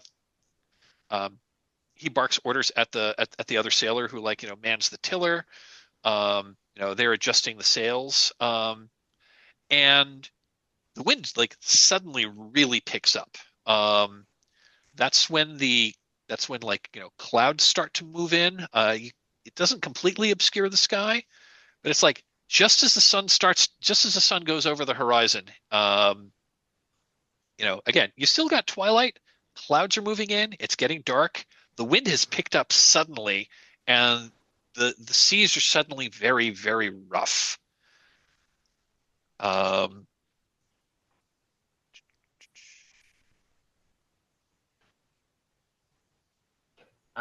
I have a skill related to weather. I'm wondering if there's anything that I can do to help the two sailors. Okay. What do you want to try? What do you want to try to do? Well, if I can read the weather conditions and call out what's going to happen ahead of time, hopefully that gives them enough time to react and steer with the rudder or lash the sails or something like that. I love it. Yeah. I'll tell you right now, just from looking at it, just because you have this skill. This is weird. This is weird weather. This is unnatural. There were no signs of this isn't quite a gale, but these are, there was no sign of this weather happening ahead of time. There's no way, you don't know where these waves are coming from because it was pretty I mean, there's a bit of a breeze, but it was pretty calm, normal seas, and wind kicked up. The seas have gotten rough. You're seeing white caps. The clouds have moved in very suddenly. I'll just tell you, we don't even need a roll. This is unnatural weather. Okay. Could I help by offering my astronomy skill? A little bit of a stretch, but I'm thinking of navigation by the stars. I love it. Well, so I'm going to say, so the captain looks very concerned and like looks at the islands ahead and mhm. looks behind him, and he's not you and he tells he tells the sailor to he tells his deckhand to like swing the sail around to come and to come about, and he looks at you and says, "I'll give you your money back, people. There's no way we're going to make it to that. There's no way we're going to make to the island in this. It's just too dangerous. If it were broad daylight, I'd probably still try, but with treacherous seas and low lighting conditions, it's just too dangerous. We're going back to port. I'll give you your damn money back." I am going to pull out one of the hat pins from my hat, and I'm going to approach the captain and place the hat pin directly over his heart. Ooh. Okay. Well then, you are absolutely threatening the captain. What are you hoping to Yeah. do here? What are you hoping to do here? I'm saying I have put in too much effort and too much work to turn back now. We're already part way. I'll get you there. Are you threatening him? Are you? Oh yeah, 100%. Okay, awesome. Okay, yeah, this is absolutely going to be a risk roll here. What are you afraid or you're trying to convince him to like take you where you've hired him to where he's been hired to go. What are you Mhm. afraid? What are you afraid is going to happen if this doesn't go so well? I'm afraid that he's right. Hmm, Right? That we are gonna run aground somewhere, perhaps, that the wind is gonna push us onto one of the shoals. I love it. Okay. Uh, so this is the sort of thing that I can also like pull the table on. Does anyone else have other stakes that they think might be interesting here? Okay, cool. I think that the boat will break in half. Yeah, I was going to say that there's definitely the possibility if you press on that definitely the possibility that if you press on that the ship could get damaged. I think another thing that could happen is if you're actually threatening the captain, he could react violently and Mm, try to strike you or try to throw you overboard or something like that. that's true. I don't know how much he considers me to be a threat. So if those are the stakes, sounds like we've got some stakes here. Flip the treasure hunter tab again. So let's talk dice. Do you have a skill that would help you in this negotiation? Um, Not really. I've like this might be a bit of a stretch. When I see the skill of fauna, I think so she's a taxidermist, right? She's somebody who likes to kind of take animals apart, which means that she knows how this man's body works. Okay. I don't know if that's a stretch or not. Um, if you can tell me how knowledge of anatomy is going to help you in your negotiation, we'll go for it. Is it like you're like sticking the pin someplace particularly tender, or I think that I'm like describing to him what happens if I penetrate a large artery. okay? Well, in that case, I'm going to absolutely let you have a light die for your fauna. Okay. So the way this is going to work, do you have a link to so there is a link to the trophy dice roller, which is on Yes. the safety and resources tab. You want to hop onto there. So this is going to be a risk roll. So if you want to click over on the risk over on the left, if you don't have anything on the left-hand sidebar, click the red rolls button, and that'll Yep. give you the list of the various rolls. This is going to be a risk roll, so if you click the arrow next to risk, we're going to assemble a dice pool. So you get 1 light die from your fauna skill. Excellent. So go ahead and so put 1 in there. Are you interested in talking about a devil's bargain? Absolutely. Go big or go home, right? Yep. I'm going to say no matter what, a big wave crashes over the ship and it starts taking on water. Okay. That is a devil's bargain. Does anyone else have a devil's bargain they would like to add?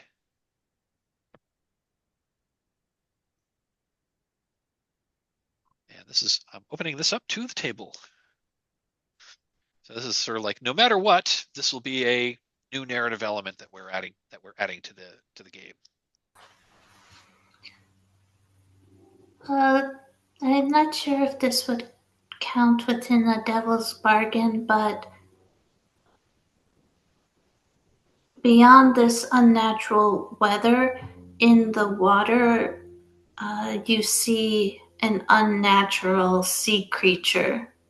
Oh, there's a sea monster. There's no Oh, matter I what. love that. There's a sea monster nearby. Yes, yes, yes, yes, yes. Oh God. You like that one? Okay. If we want to say that no matter what, there's a sea monster nearby, let's go ahead and yeah, I think that's a great bargain. So go ahead and take a second light die. I don't think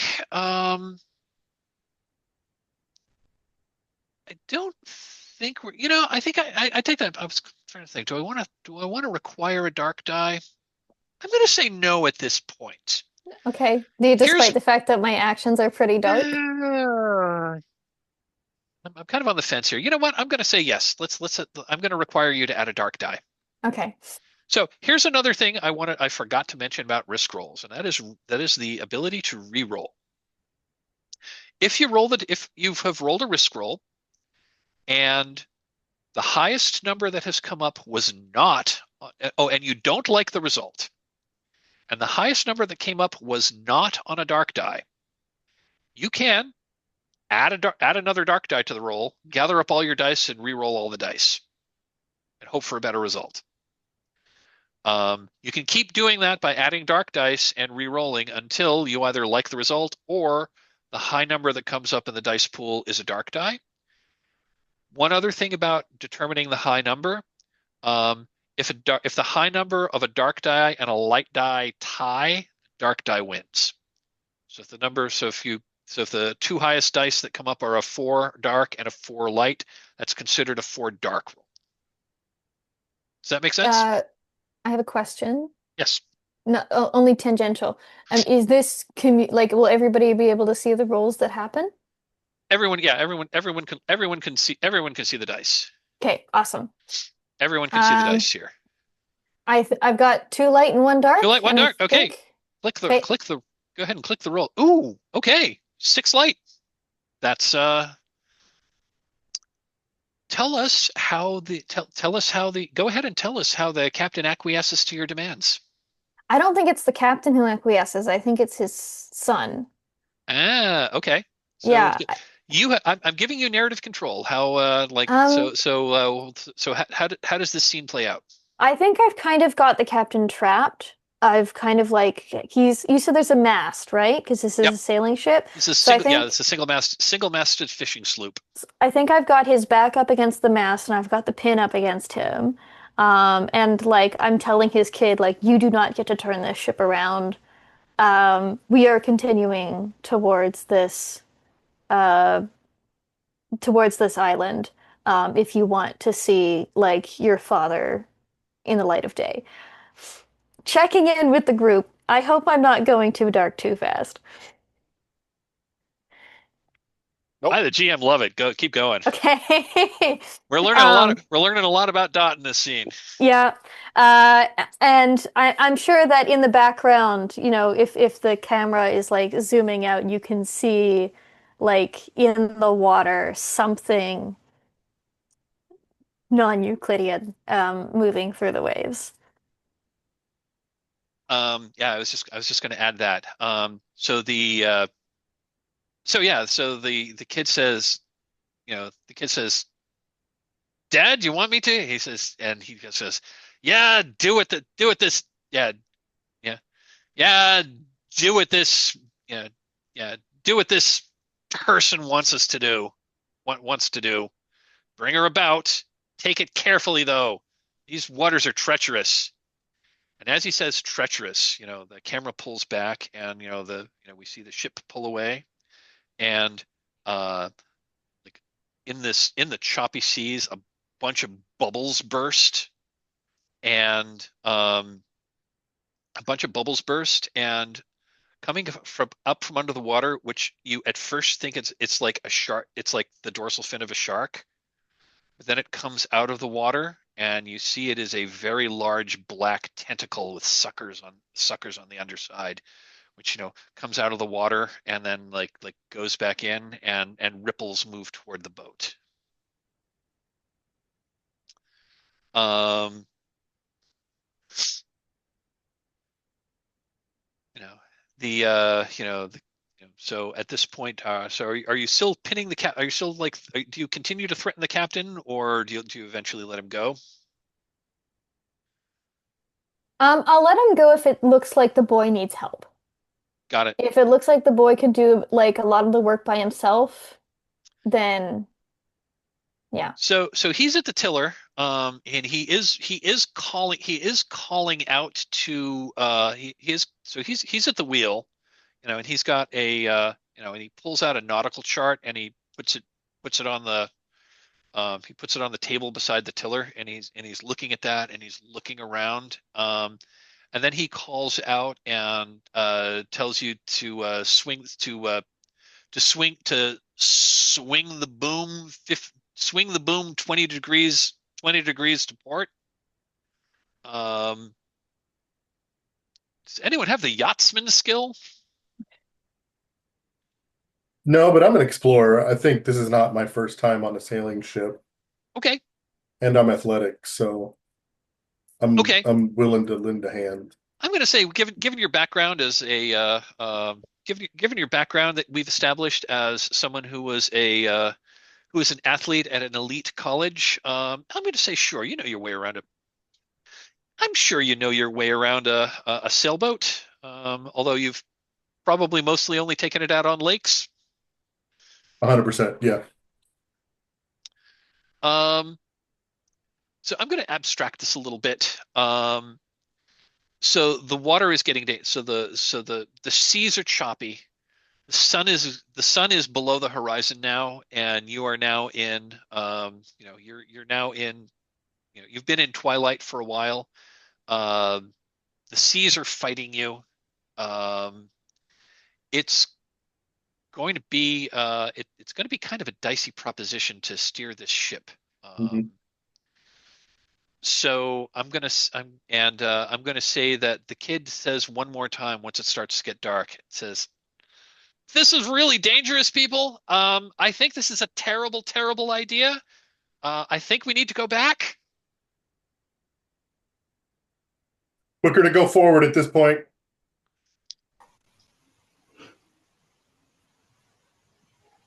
Okay.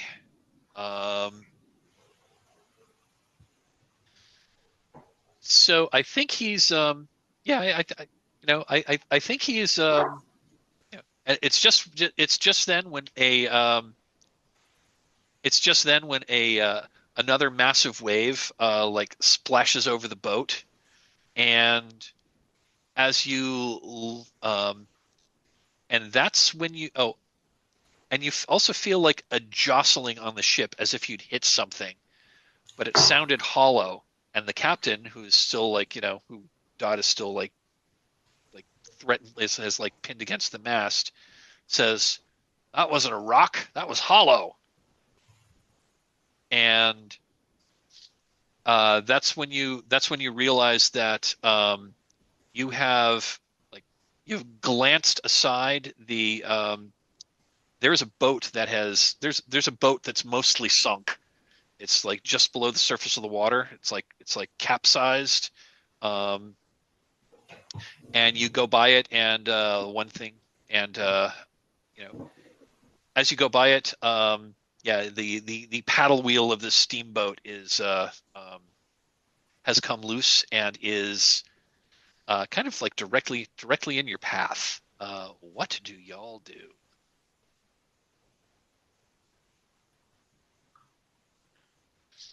I'm gonna say, let's see. Charles, you seem to oh, I'm sorry. What? Go ahead. No, I'm just looking at the rest of my compatriots. I am completely tied up here. I can't do anything. So I'm just kind of looking at them like, I'm going to say, Right. Winton, you see that there is a loose wooden paddle wheel that's like floating like directly in front of you. The kid has like turned his back and is like basically arguing with Dot about like we really need to turn around. He doesn't seem to see it. I'm gonna rush up, grab him, and point him toward, like physically steer him in the direction of the obstruction and go there. Look out! He like looks and goes ah, and makes a violent maneuver. I think it's just that time when when this when this wheel that's floating in the water kind of like crashes against the ship just as a wave breaks, and you hear a crack. You hear the crack of splintering wood. And the captain says, "You've done it now, you stupid landlubbers." We've got a hull breach. We're going to be going down. Are you going to let me go so I can fix it, or are you going to, or do you want us all to drown at once? Dot will step back.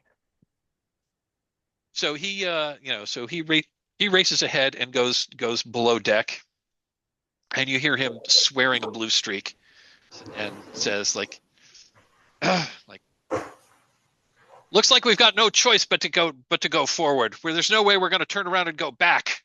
I hope you people are happy. I think you've cursed us all. I'll help him start bailing water. Got it. So I think between How far are we from the island? at this point, it looks like you're maybe you are getting close. Again, it's getting hard to see because it's getting dark. You're probably about maybe a quarter mile from the island. So I think we're going to do like one more roll to see. I think we're going to do one more roll just to see how well we get. So with the captain indisposed with trying to keep the boat in shape, and the kid struggling to keep it, I think we're going to be. I think we're stuck with. I think we're stuck with Charles being our primary navigator, if that's okay. Yeah. I've So got wayfinding. yeah, I think that's going to be. I think that is going to be wayfinding to try to like between the chart and the poor visibility and the kid actually steering the ship and your meager knowledge of sailing. I think it's going to be that this is going to be a risk roll to try to get to the dock. I again offer help of astronomy and navigating by the stars. Okay, well we can absolutely invoke the help roll here. So this is going to be a risk roll, and I think I am going to require a dark die. Wayfinding is absolutely going to come into play here. Do you have the dice roller up? Yeah. Okay, so this is going to be a risk roll. We've got one light. I'm going to require a dark die here, so it's going to be one light, one dark. Yep. So what are you hoping to accomplish here? Get to the island before the boat sinks. Okay, that seems appropriate. What are you afraid is going to happen if things don't go so well? One or more people go overboard. That seems likely. As a complication with the weather churning up the way it has, are the stars even visible at the moment, or have clouds rolled in? Clouds have rolled in, but it's not completely overcast. So Okay. you can glimpse the stars.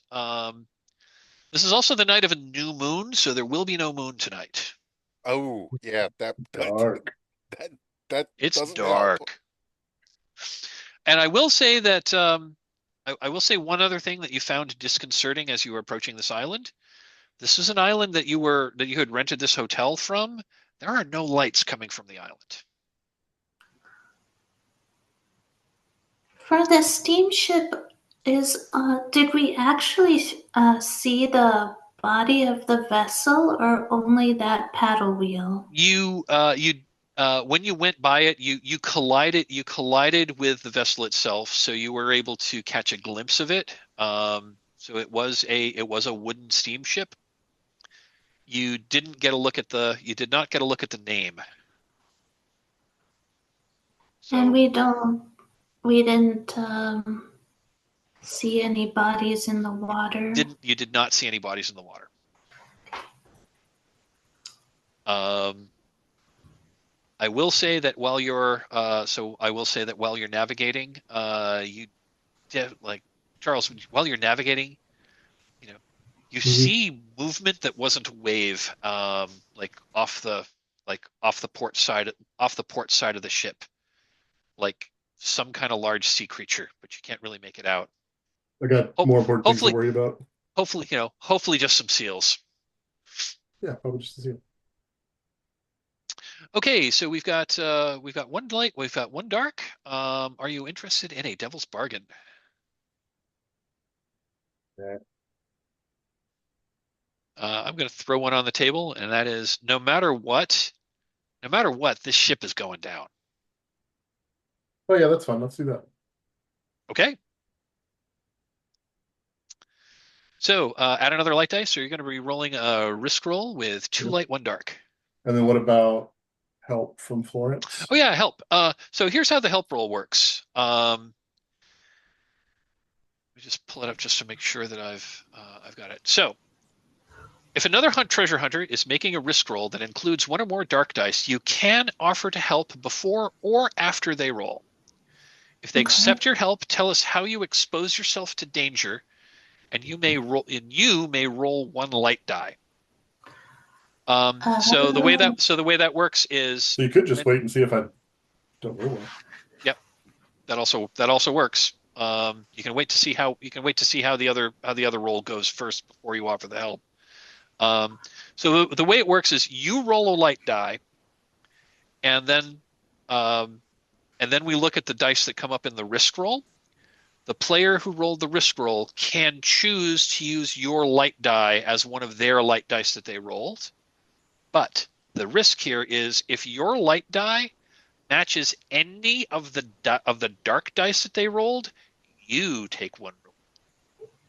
Okay. How many dice of each color are in the pool? Right now we're at 2 light, 1 dark. So let's go ahead and roll that. So if you want to roll now, you can't. You certainly can. But I would love some help. Yeah. Oh, that's bad. Real bad roll. That's bad. Okay. Yeah. Help would be useful. How are you helping? Are you saying like celestial navigation? Yes. Mm-hmm. Love it. Perfect.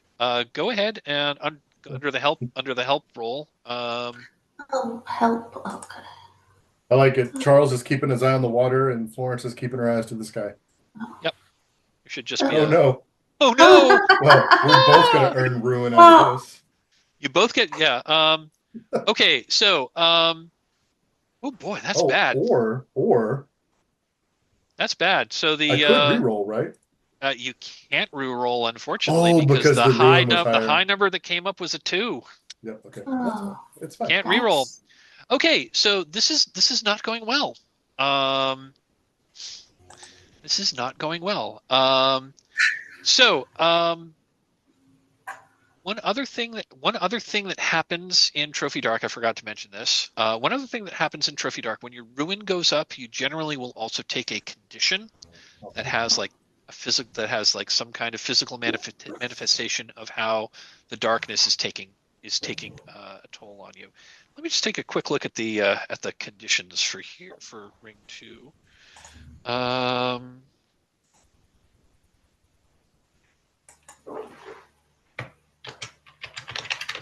Love it. Okay, cool. So I think this is going to be what happens.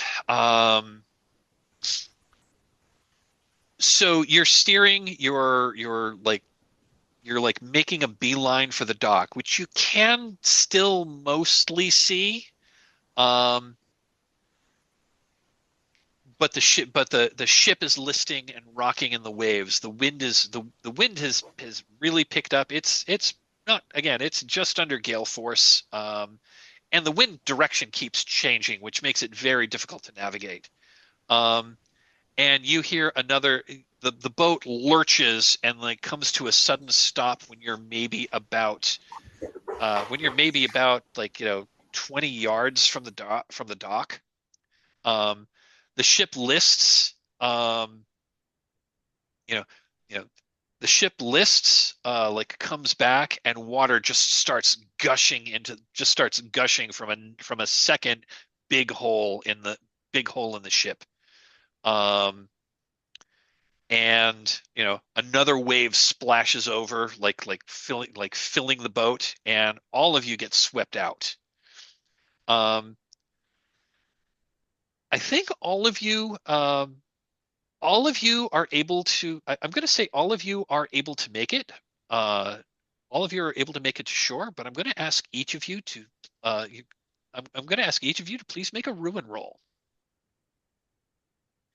So the way that works is you roll one dark die. If the die is higher than your current ruin, your ruin is going to go up by 1. And Florence, I've got a little special something extra for you.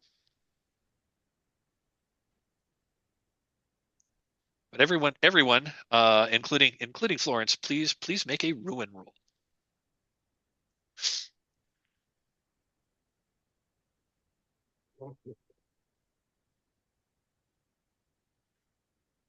There we go. Ooh. Did anyone's ruin go up? Okay, looks like Charles got a 1, so you're fine. And Dottie got a 3. 3 is higher than your current ruin, so please mark a ruin.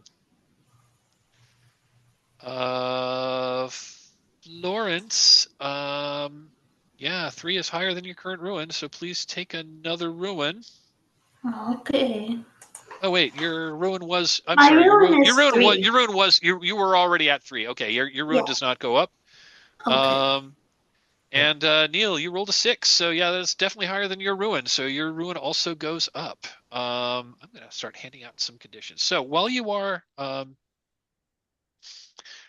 so you're all not. Everyone is thrown overboard in this horrible choppy sea. The water is cold. I don't know if any of you have experienced the water off of the coast of northern New England, especially in October.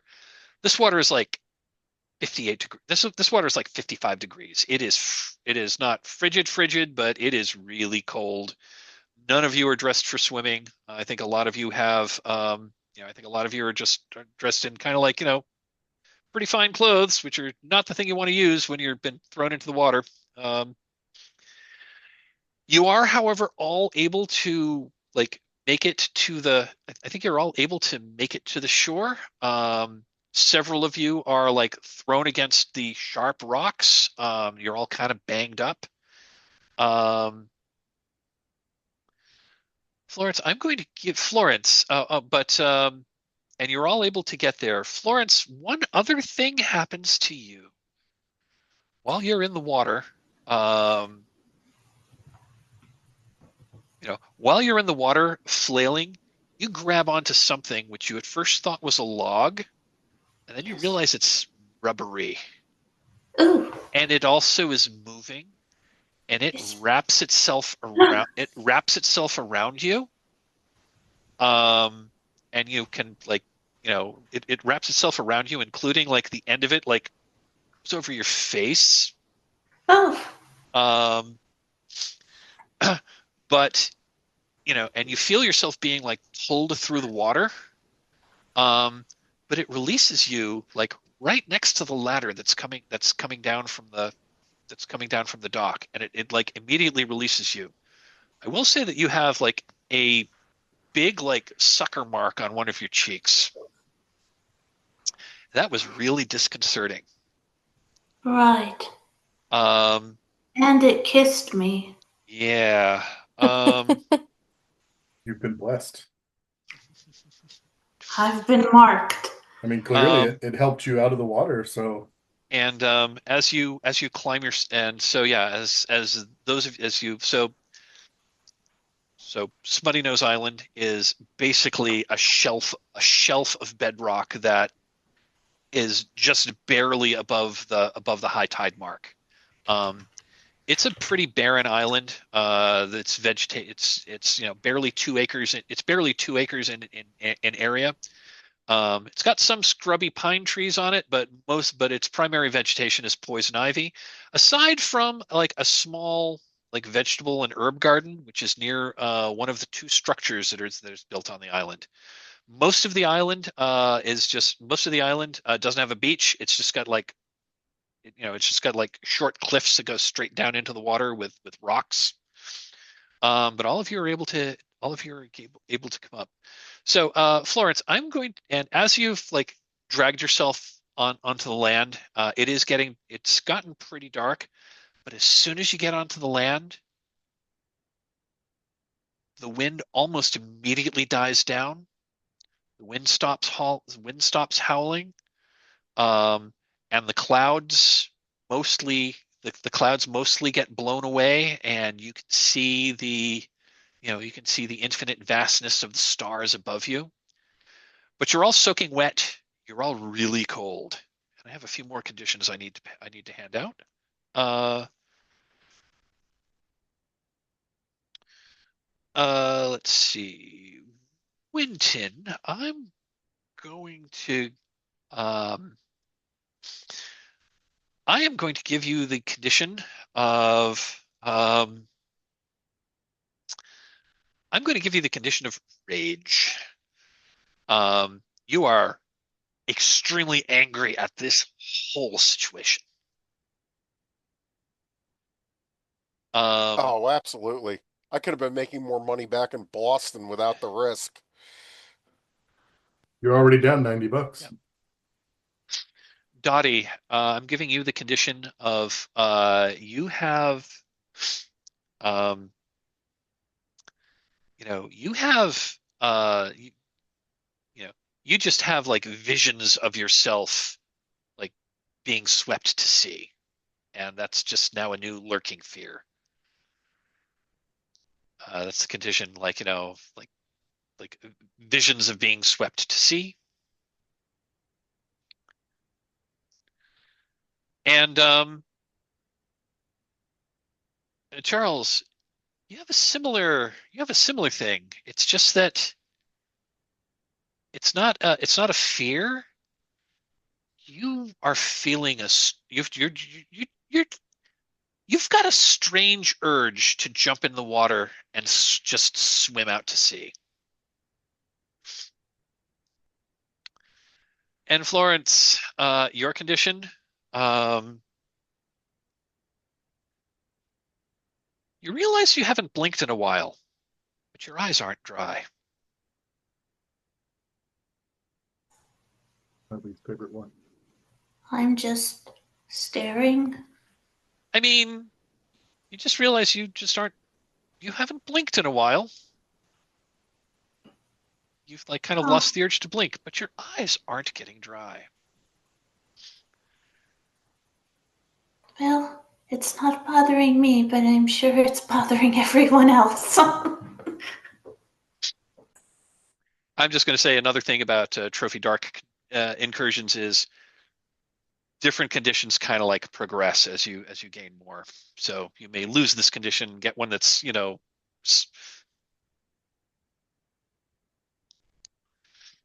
Is Uh, you mentioned that the island was completely dark.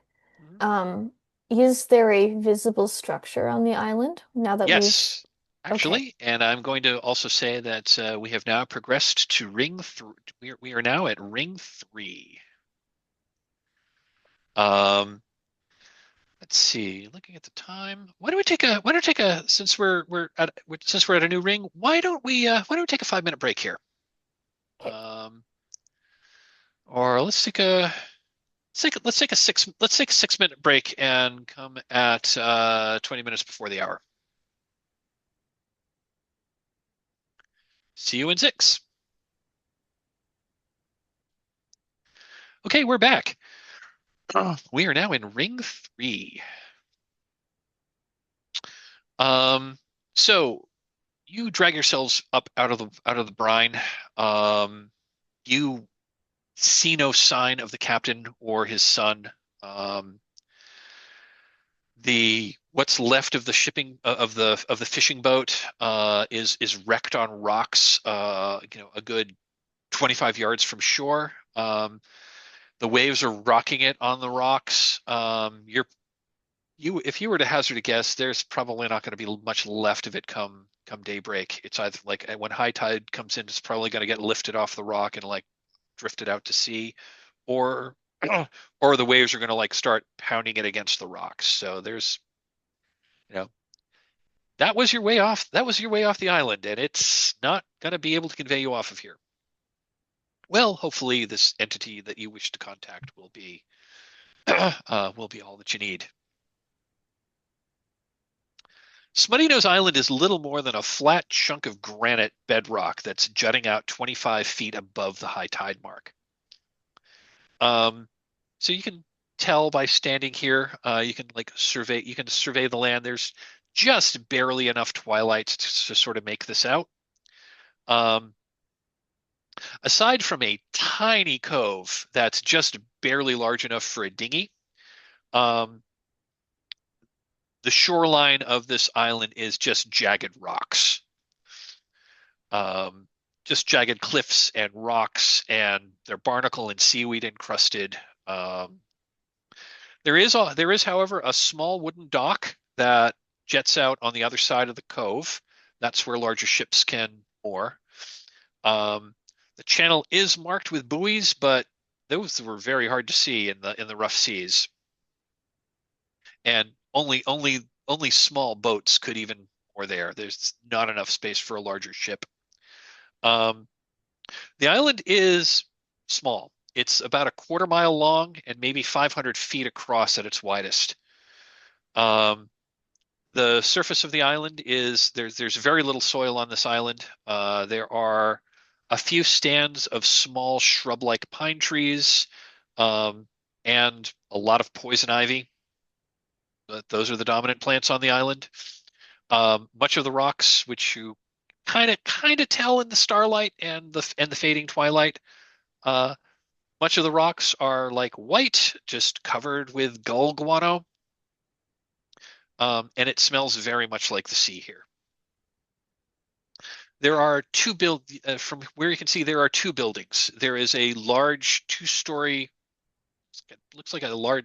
There's a largish two-story house, and there is a just a just maybe 10 yards from it. There is a smaller outbuilding which looks basically like a large garden shed. Uh, the house has a wraparound veranda. It's two stories, has a multi-gabled roof, but there are no lights coming from it. You do not smell this. You do not smell like a kitchen fire. Um, what do you do?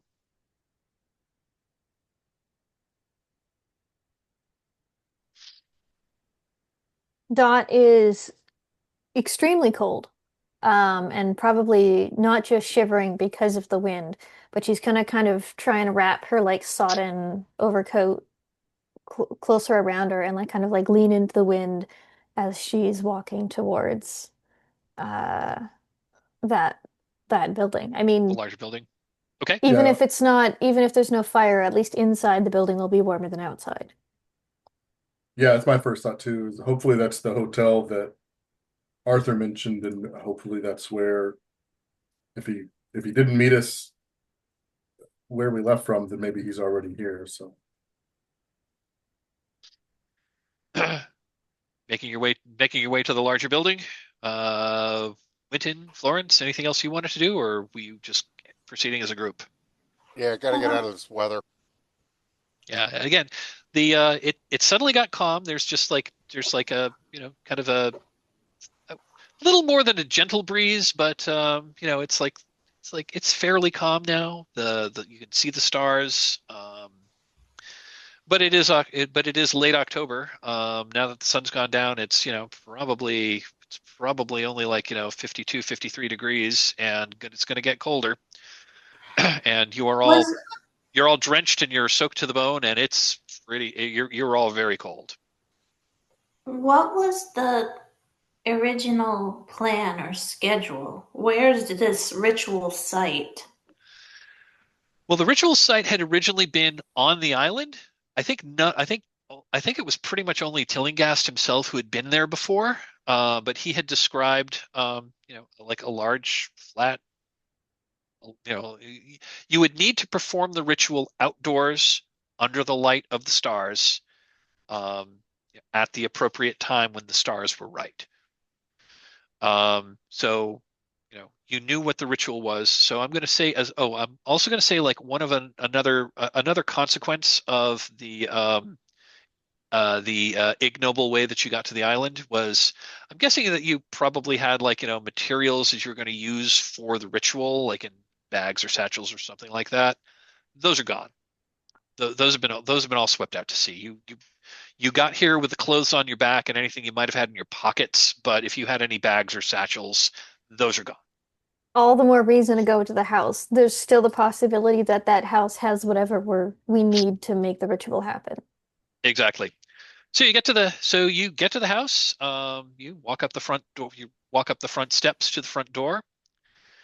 Pinned to the you know pinned to the you know pinned to the door jamb next to the door is a note that's scrawled in a neat and legible handwriting.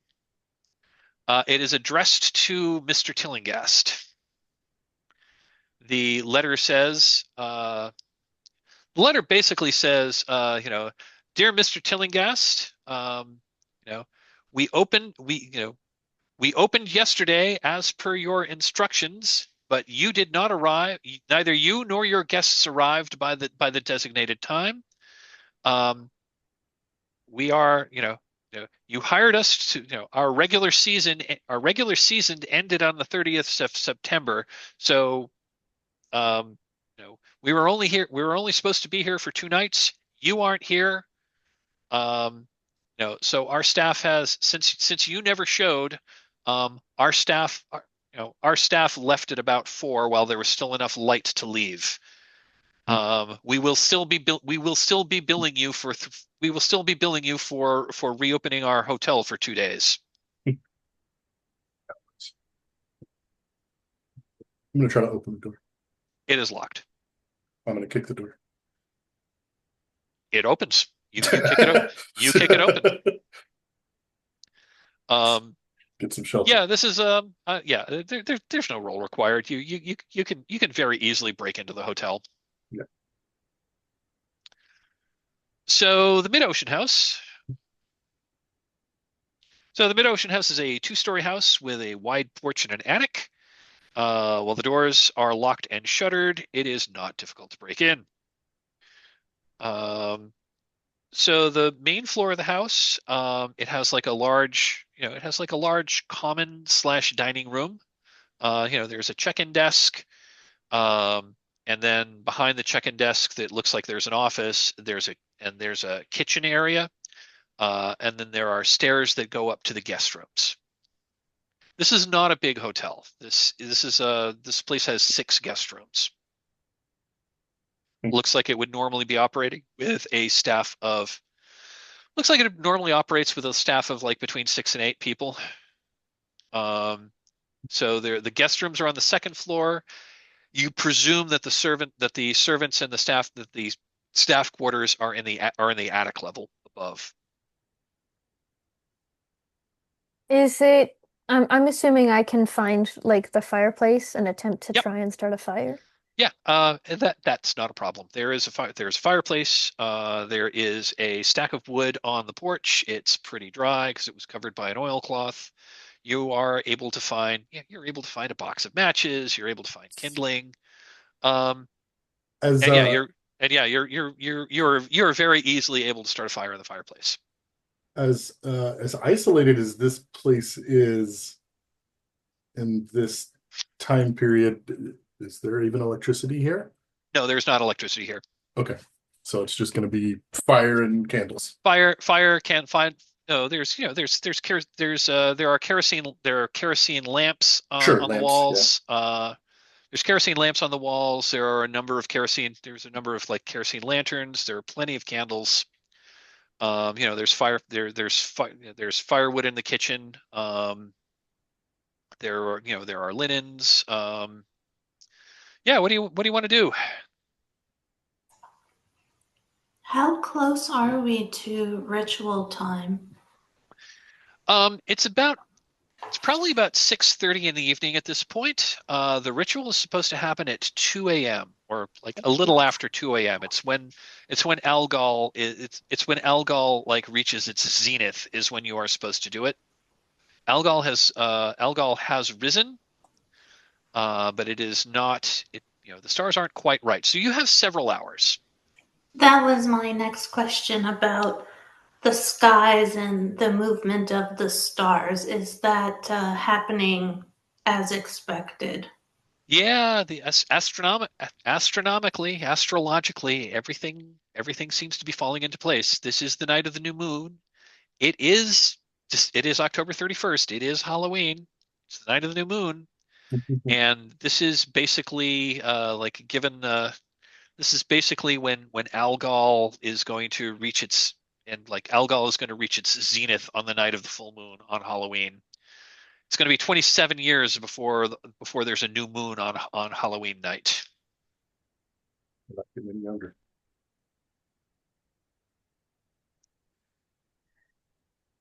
So Thoughts? you basically have the run of the place. What do you want to do? Again, you are all soaking wet with seawater. I think Dot is kind of foregoing modesty a little bit at this point. I mean, I'm assuming early 1900s, there's probably still like a full dress underneath whatever she's wearing. Yep. So she's stripping down like whatever layers she deems to be like unnecessary, and she's draping it over various pieces of furniture in the hopes that like placing it close to the fire will dry it sooner. Okay. I'm going to start pilfering around. Maybe there's like some staff clothing or some lost and found luggage. Like, going to do my best to see if I can't find a small supply of clothing for everybody. Yeah, I don't think we need a roll for that. I'm going to say that yeah, you are able to like once you get up to like the staff quarters, you're able to find like between like staff uniforms. I think maybe you do find like a piece of lost luggage that has like some other travelers' clothes.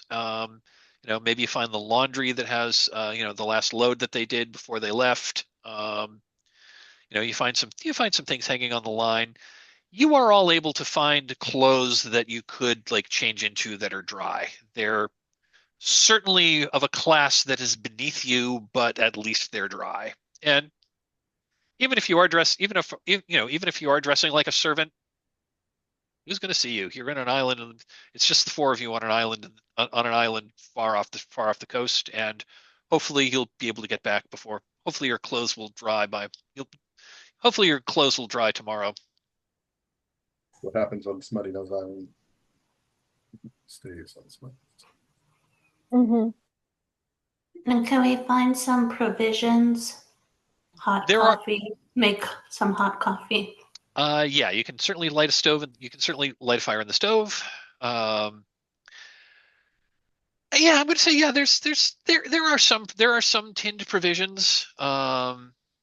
Like Well, especially if they stuff. were expecting to be open for a couple of days, they probably would have made sure there was at least something. Yeah, there were any perishables that they brought out. Any perishables that they brought out. They probably brought back with them. They weren't going to leave like bread and cheese and whatnot here, because again, there's no electricity, so it's not like they have a refrigerator. Although it is October, so things are going to get cold. Um, oh, in the kitchen there is a water pump. Like one of those. There is a water pump, so presumably there is some source of fresh water on this island, whether it's a spring or whether it's coming from a cistern, you're not really sure. But there is, there is a water pump in the kitchen. Um, there does not appear to be a water closet anywhere in this hotel.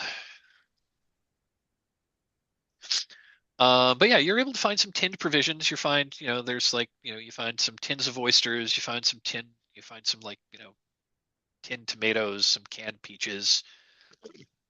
No lobster, unfortunately. You find some, you find some salt pork. You find a barrel of like ship's biscuits, all like preserved food that you can. It's not great, but it's perfectly, it's perfectly good.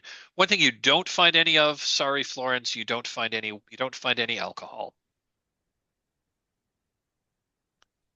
If this place has a wine cellar, they probably took it with them when they closed for the season. Oh, I thought we were celebrating.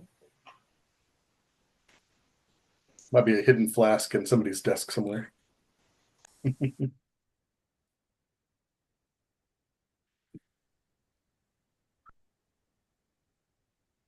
Um, Dottie is, as soon as so Dottie is kind of expecting somebody else to like she's expecting somebody else to do like finding the provisions. She might have even just like gestured to like uh Winton to like you go and get us something to eat. Um don't know how Winton's gonna take that, but uh she's more focused on seeing if she can kind of like find anything that we need for the ritual to happen later tonight. We lost so many important pieces. I'm still focused on this one thing. So I'm opening drawers, I'm opening cabinets, I'm opening closets to see if I can find. I'm assuming like I'm looking for like silver implements, candlesticks, wax. You're actually starting to answer the like one of the questions that I was about to pose to you, Oh, and that is how are you now that you've settled yourselves in. I'm going to just say that you're able to put together, at least some semblance of a meal. You've dried yourselves off. You're now warm. You're fed. How are you preparing for the ritual? And Yeah, I think Dot, that's you've I think you've I think you've started. I think you've answered that one already. Unless you want to, if there's anything you want to add, and I'm gonna just go around the table and ask. Charles, what are you doing to prepare for this ritual? um do we, I guess, in the absence of Dr. Tillingast, um Oh, I'm going to say I, Tillinghast was supposed to be here. no, exactly. You know the ritual. He Yeah, was supposed to lead it. right. Um I guess maybe I'm gonna see if maybe there's any kind of, I mean, if even if it's a small island, there's got to be a map of somewhere, like finding something to try to determine, like, for sure where the ritual site is. I'm going to say that yeah, there is a. I'm going to say that yeah, there's like a nautical chart that's framed and hung on the wall of all Oh, of the Isles of Shoals. So perfect. I'll just take that there are down, take it there out of are the frame. yeah, I was going to say there are five of them. This Okay. is a navigational chart, so it's more about how to navigate around them. It doesn't show as much detail on the islands themselves, but they are they are fairly accurate, and Smuttynose Island is marked on the map. So um and yeah, looking out, especially if you like shine like some of the lanterns like have one of those big reflectors on the back, so you can like Yeah. shine like a kind of like a beam of light Looking over the island, it's pretty flat, it's pretty open, and you're pretty sure that like pretty much dead center in the island, maybe maybe another Sure. 20 yards past that little garden. That's probably where you'd want to do it. Perfect. So you're trying to find out where to do the ritual. Winton, Yep. what are you doing to prepare for the ritual? I mean, Quentin thinks this is all crap anyway, so he's going to go with Dot's suggestion and try to get something resembling a meal together, recognizing the value of everybody being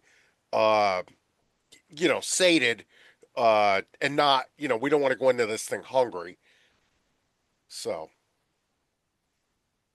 he'll see what he Excellent. can he'll see what he can do to scavenge some food and put a meal together for everybody, even if it's got to be something cold, given the state of things here. Excellent. And Florence, what are you doing to prepare for the ritual? I'm preparing the outdoor ritual space. If there needs to be some symbols drawn or rocks arranged or something like that, I am trying to take those steps to prepare it. Okay. I mean, if there's enough time, since it's in the evening, I might spend a little bit of time trying to find the boat captain and his son too. Okay.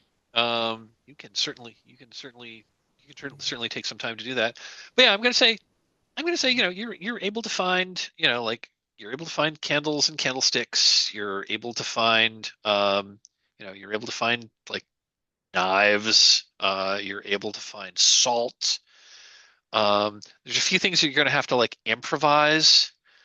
Like some of the implements you don't really have, but you're gonna try to like, improvise like some of the, you don't have the ceremonial dagger that you would need for part of this, so you're gonna have to make do with like a sharp chef's knife.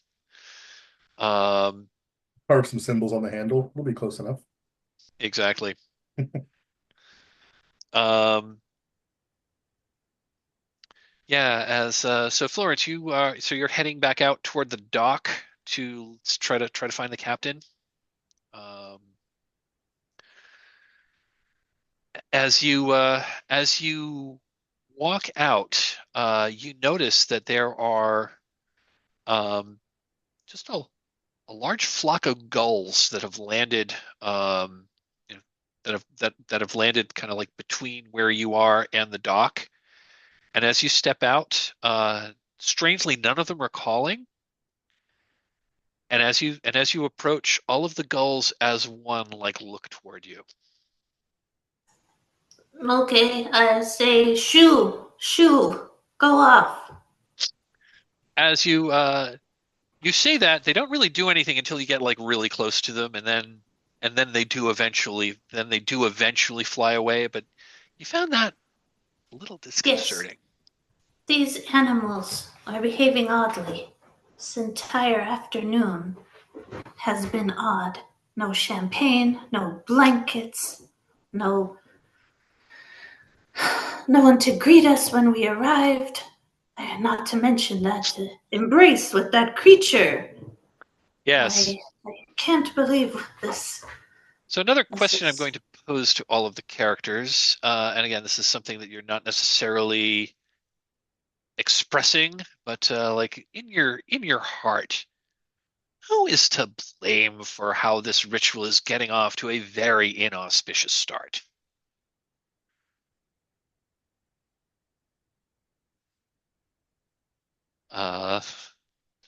Florence, do you have an idea? Who is Florence blaming for this?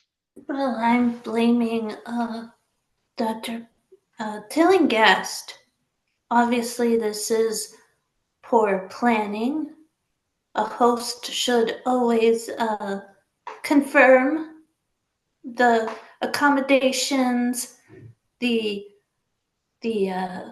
necessary items for the comfort of his guests. Yes, we're doing a ritual, of course.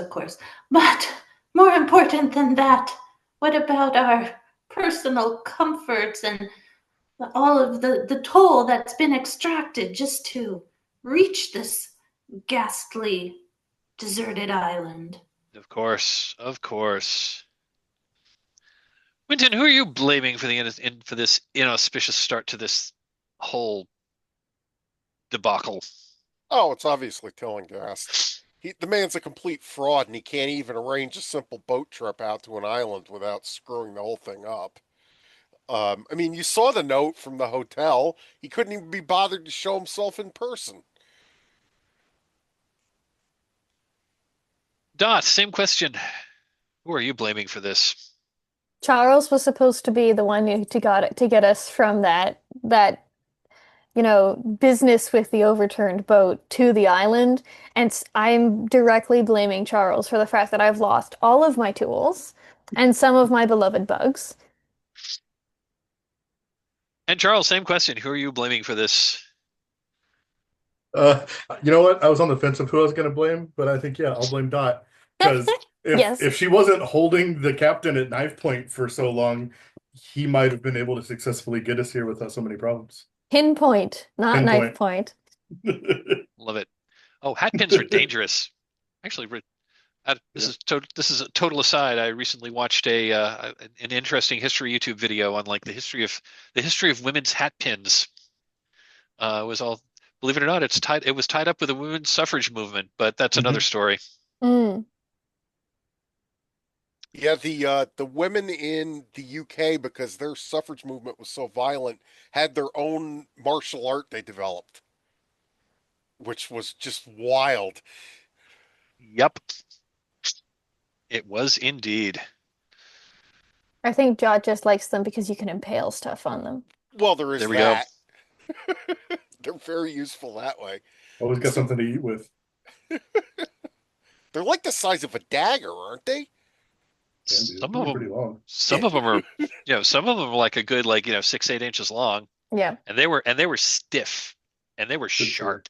Good for shucking open a lobster. Yeah, but I'm a lady. I don't, eat with the same thing that I dissect clearly. with. Yeah. You've got different sets. Yeah, that's why I'm so upset about the fact that I've lost, because now we're gonna have to use these common kitchen utensils. Hopefully it doesn't Charles, you've really bunged it up this time. All right. I think that so Florence, you are attempting to look for you're attempting to look for the captain. I think I'm going to let the dice. I think I'm going to let the dice determine this one. Okay. So, how are you going about trying to locate, trying to determine what happened to them? Well, I'm using my eyes that don't blink anymore. Those seem. I'm sorry, Elizabeth. You broke up there a little bit. Could you please repeat that? I'm using my eyes that don't blink anymore. There you go. That's right. I won't have that millisecond of blinking, taking my eyes off of scanning. I think that's a bonus. Okay. Yeah, so you're pretty much just I think we're gonna. Yeah, I really don't have any. Actually, I do have a skill I think I could use. Portents. I can access the spiritual side to find them not just by the physical material world. You do have the scry ritual. Are you going to invoke? Are you going to invoke that? Or are you just? No, I'm not that concerned about them. There we go. I'm interested, but I'm at this point not willing to do extra. Portents is more feeling the signs and the symbols and putting that message together. Yeah. I love it. I love it. Okay, yeah. So you are attempting to So yeah, you're attempting to figure out what happened to the crew of your ship. Cool. Yeah. So a success will mean that you at least learn you learn what befell them. What are you afraid might happen if this doesn't go so well?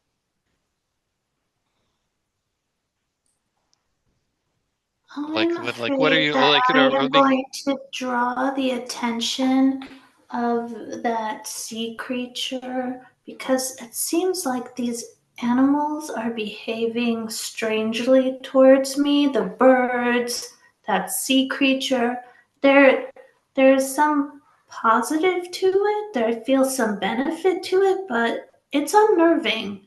I haven't had this relationship with animals before. yes, unnerving is definitely unnerving is definitely a way to describe it. Okay. Um, yeah. So yeah, take a light die for reaching out with portents. Would you be interested in a devil's bargain?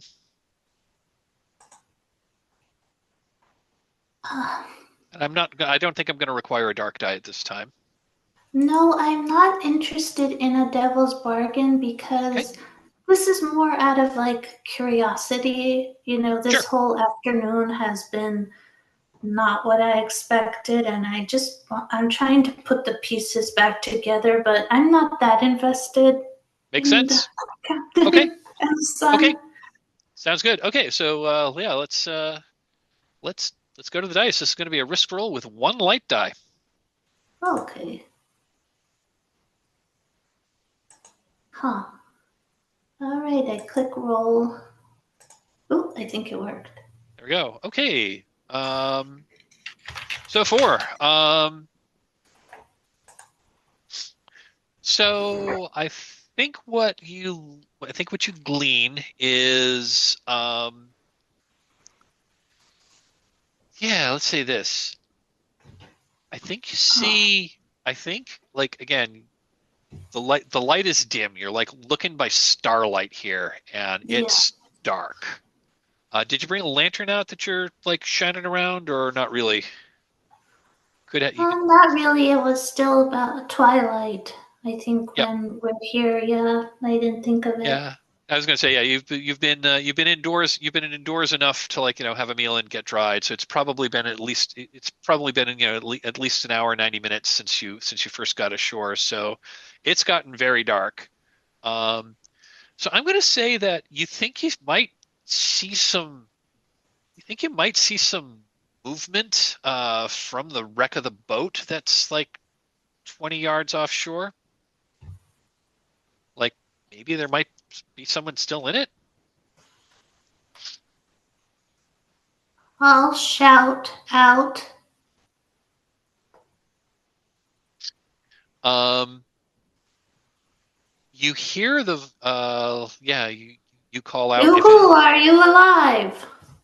um you hear a um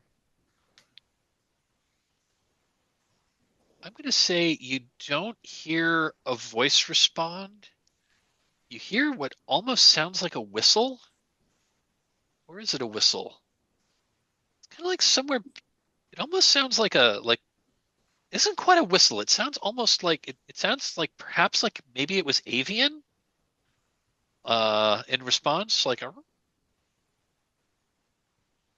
but maybe an octave higher than that.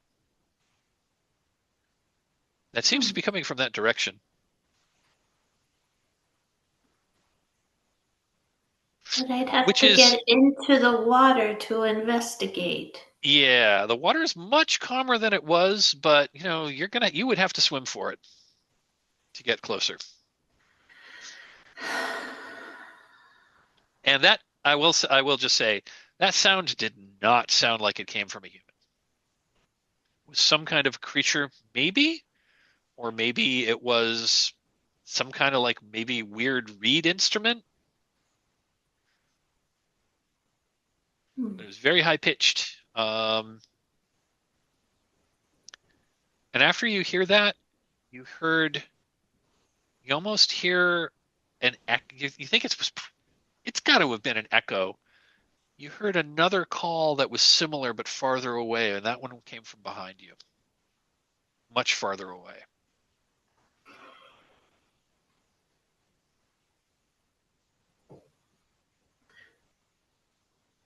I really need some staff to order to row out there and check. Got it.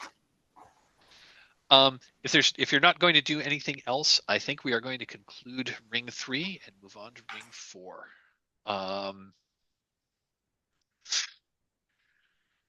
So I'm gonna hard frame the scene. It is ritual time. So the ritual begins. So it is time. You have gathered what supplies you have made. I'm going to ask each of you to tell me like one piece of preparation that you've done for the ritual, whether that was something you did for yourself, one of the other characters, or you prepared the ground.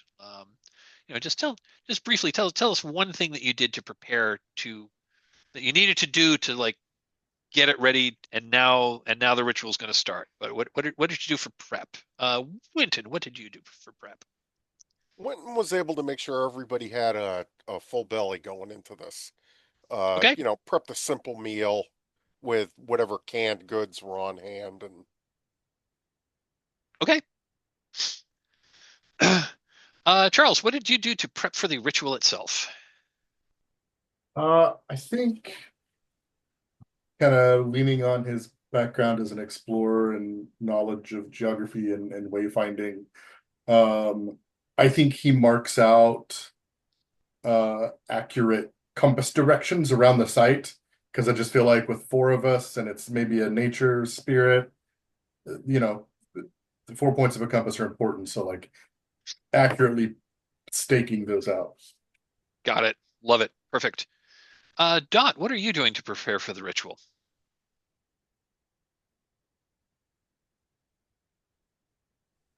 Okay. Checking in with folks. Harm to seagulls. I mean, I almost brought it up a few minutes ago. Importance came up. Yeah. go for it. I was Okay. gonna say we've I think the only animal thing we've got a call out for harm. We've got a line on harm to dogs, but we don't have we don't have a line on seagulls. Okay. I mean, they're basically chickens, but worse. So Much meaner. yeah, yeah. So Florence has captured, not Florence, you're Florence. I'm Dot. Dot has captured a seagull, um, and has basically prepared it like a chicken, but she's going to use the insides for the ritual. So, Love it. Fantastic. And Florence, what are you doing to prepare for the ritual? I want to, if this is okay with everyone else, rituals usually involve chanting, and I want to ensure that everyone is comfortable with the Latin or this esoteric language that we'll be chanting in, and going over the phrases and the cadence of it. Okay, fantastic. So the ritual is now underway. You are outside, you are performing the ritual. I'm going to ask each of you to tell us what is you ask you to do 2 things, and I'm going to ask you to tell me like what are you doing as part of the ritual, and looking at the character keeper, what is the character to like? So let's just start. I'm gonna go in character keeper order here. Tell us what you are doing as part of the ritual. Charles, we'll start with you. And I think there we go. I think you're muted there for a moment, but you're back. Yeah. I don't have anything immediate. And this is just free role play. You don't necessarily need to pull a skill or anything in. Just Right. Yeah. I don't know what a ritual like this looks like. I don't. Um, I don't either. You tell me. right. This Hmm. is so the point of this ritual is to summon the avatar of Kulshedra. Yeah. You know what? I think I'm gonna piggyback off of Dottie's preparation with the seagulls. And so maybe one of the ritual items that she was able to scrounge up from the inn or whatever is some kind of bowl that has been filled with some seagull blood. And so I'm going around and like anointing everybody, like it might be as simple as a dot or like a very basic rune that kind of scribbles on everybody's face. Love it. Dottie, what are you doing as like what's your part of the ritual look like? I've taken one of the kerosene lanterns and I've placed it in the center of the circle, and I have kind of like this mixed up, like bits of offal and herbs that I've been able to scrounge from the kitchen, and I'm feeding that to the fire and the kerosene. Love it. Winton, same question. What is your part of this ritual? Winton is going to draw on his acting ability, and treat the Florence's prep like memorizing lines, and then basically put on a performance. At least that's how he's viewing it during the ritual, by attempting to be the most enthusiastic and maybe even leading the chanting. Okay. And again, you've all read the ritual, so you know how it's supposed to go. So even if you don't necessarily believe it, you're still going you're like enthusiastically going through the motions and following the instructions as you Exactly. remembered them. Love it. And Winton's doing his Florence, best to sell it. love it. And Florence, your same question. What is your part of the ritual look like? The avatar needs a material form to um, reside in. And I guess as part of the prep, uh, we created or found a doll or a puppet. Hmm. And my part of the ritual is to guide the avatar of Kulshedra into this puppet, and this is going to be its physical form in our plane. Love it. Okay, so the ritual is underway. You are chanting. You've anointed each other with runes made of gull blood. You've got the lantern in the middle. You've got the fire going. You're channeling this energy into this puppet. Um, I imagine you're like standing in a circle, and I imagine there's probably some motion while you're like you're like moving to the left, moving to the right. As you are doing this, you see from the firelight, you see other shapes that are approaching you, um, as if they have perhaps climbed the cliffs. Um, so the ritual is going on. You are performing it, but things have climbed from the sea and are making their way across the island to your ritual, and they are making a circle around you. These are man-shaped but tentacled, suckered arms outstretched. Uh, they are double your number, and they have formed a second circle around you. And as your ritual turns to the clockwise, they are moving anti-clockwise. Um, and as you are performing this ritual, you feel power, tangible power begin to manifest. And as you look up toward the star Algol, it is shining brighter than you've ever seen this star before. This orange yellow star is shining from here like brighter than the planet Venus. Florence, you've never seen alcohol this bright before. This is like unnaturally bright. You know, there's something. This isn't astrological. This is something even more mystical going on, especially with these things around you. As you progress on the ritual, I'm going to ask each of you to tell me how the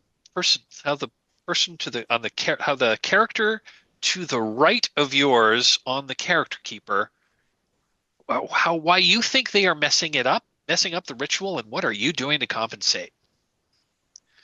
I'm going to go all the way around, so and that'll wrap around. So Florence, will ask you to describe. When we get to Florence, I'll ask you to describe how Charles is messing it up. So Charles, how is Dottie? What's Dottie doing wrong with this ritual, and what are you doing to compensate? Hoping you wouldn't start with me.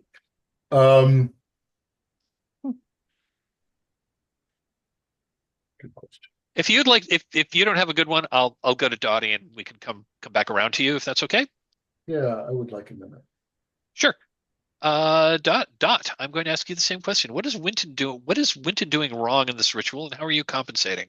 He's overcompensating because he's being too loud. He's being louder than everybody else. So he's imbalancing the ritual. So I feel like I have to raise my voice and be even more theatrical than him.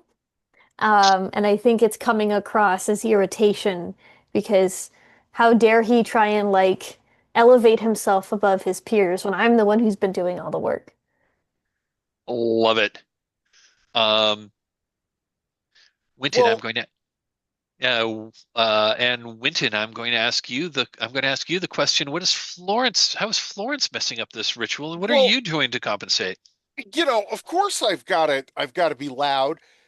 Florence isn't enunciating enough, so I'm having to enunciate and project to make up for it to set a good example. Love it. Florence, what is Charles doing wrong, and what are you doing to compensate for it? Charles is extending the circle into the tentacle creature circles, and it's almost as if he's moving in their rhythm, not ours. Which ritual is he a part of? Ours or theirs?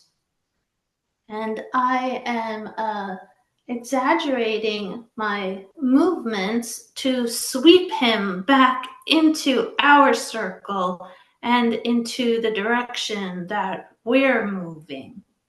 Love it. We have to guide the avatar into the puppet. Love It it. has to be precise.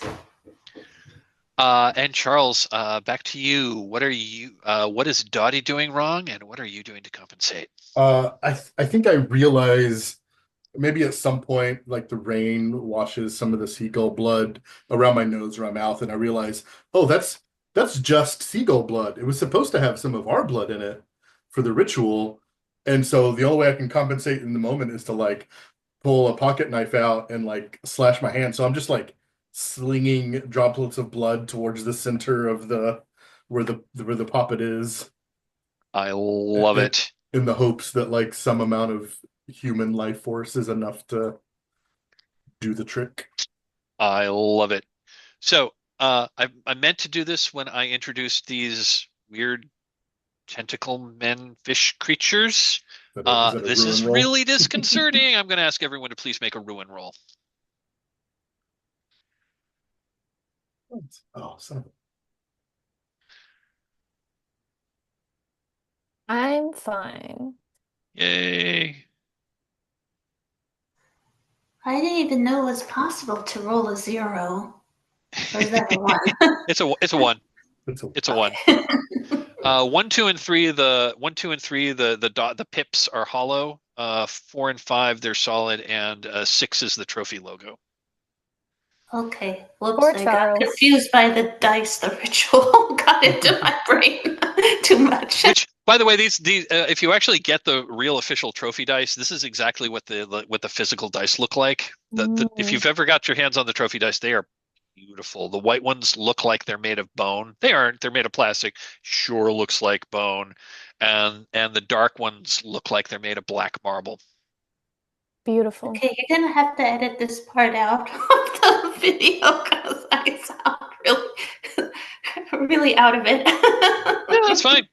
Don't worry about it. I can cut that out if you'd like. I had the same thought the first time I saw that. And I was like, is that a 0? Oh, that's a Nope, 1. it's a 1. Okay. It's a 1. It's Yeah. one of the I reasons will count the pips like normal dice, right? Of course. it's So it one looks of the, like oh, I'm sorry, go on. I was going to say it's one of the reasons I hate extra fancy dice. I can't stand anything from Q Workshop because they're just too fancy to be readable. The thing that bugs me about six-sider, about fancy six-siders, this is a total aside that I'm just going to talk about briefly, is sometimes the special rune is on the 6 and sometimes it's on the 1, and you got to be careful which dice you're using. Yes.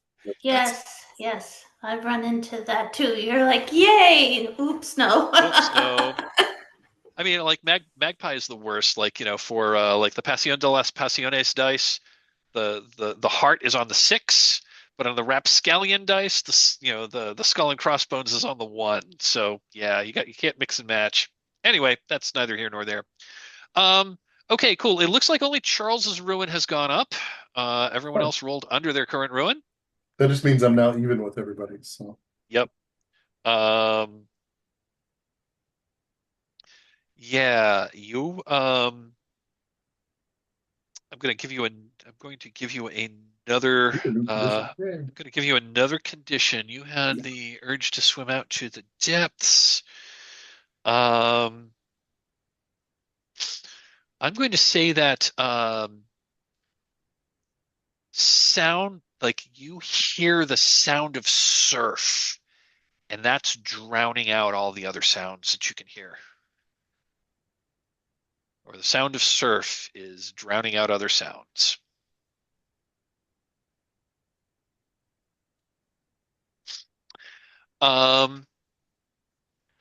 So as you are performing this ritual, you can feel a briny electricity start pulsing through you, and it feels like the air is charged. And with these fish things watching, now is the time to use real hermetic power. Here ends ring 4. We are now in ring 5.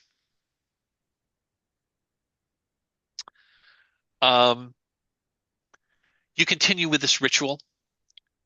A beam of light shines through the night sky from the star Algol, and you can see the beam through the air, and it illuminates the center of your ritual.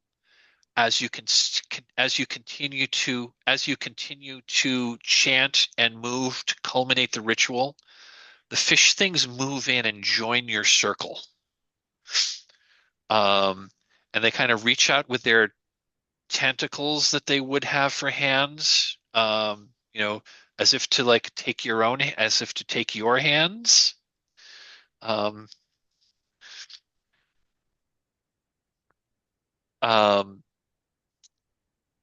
this shaft of light is clearly and it illuminates that poppet that you have placed in the center.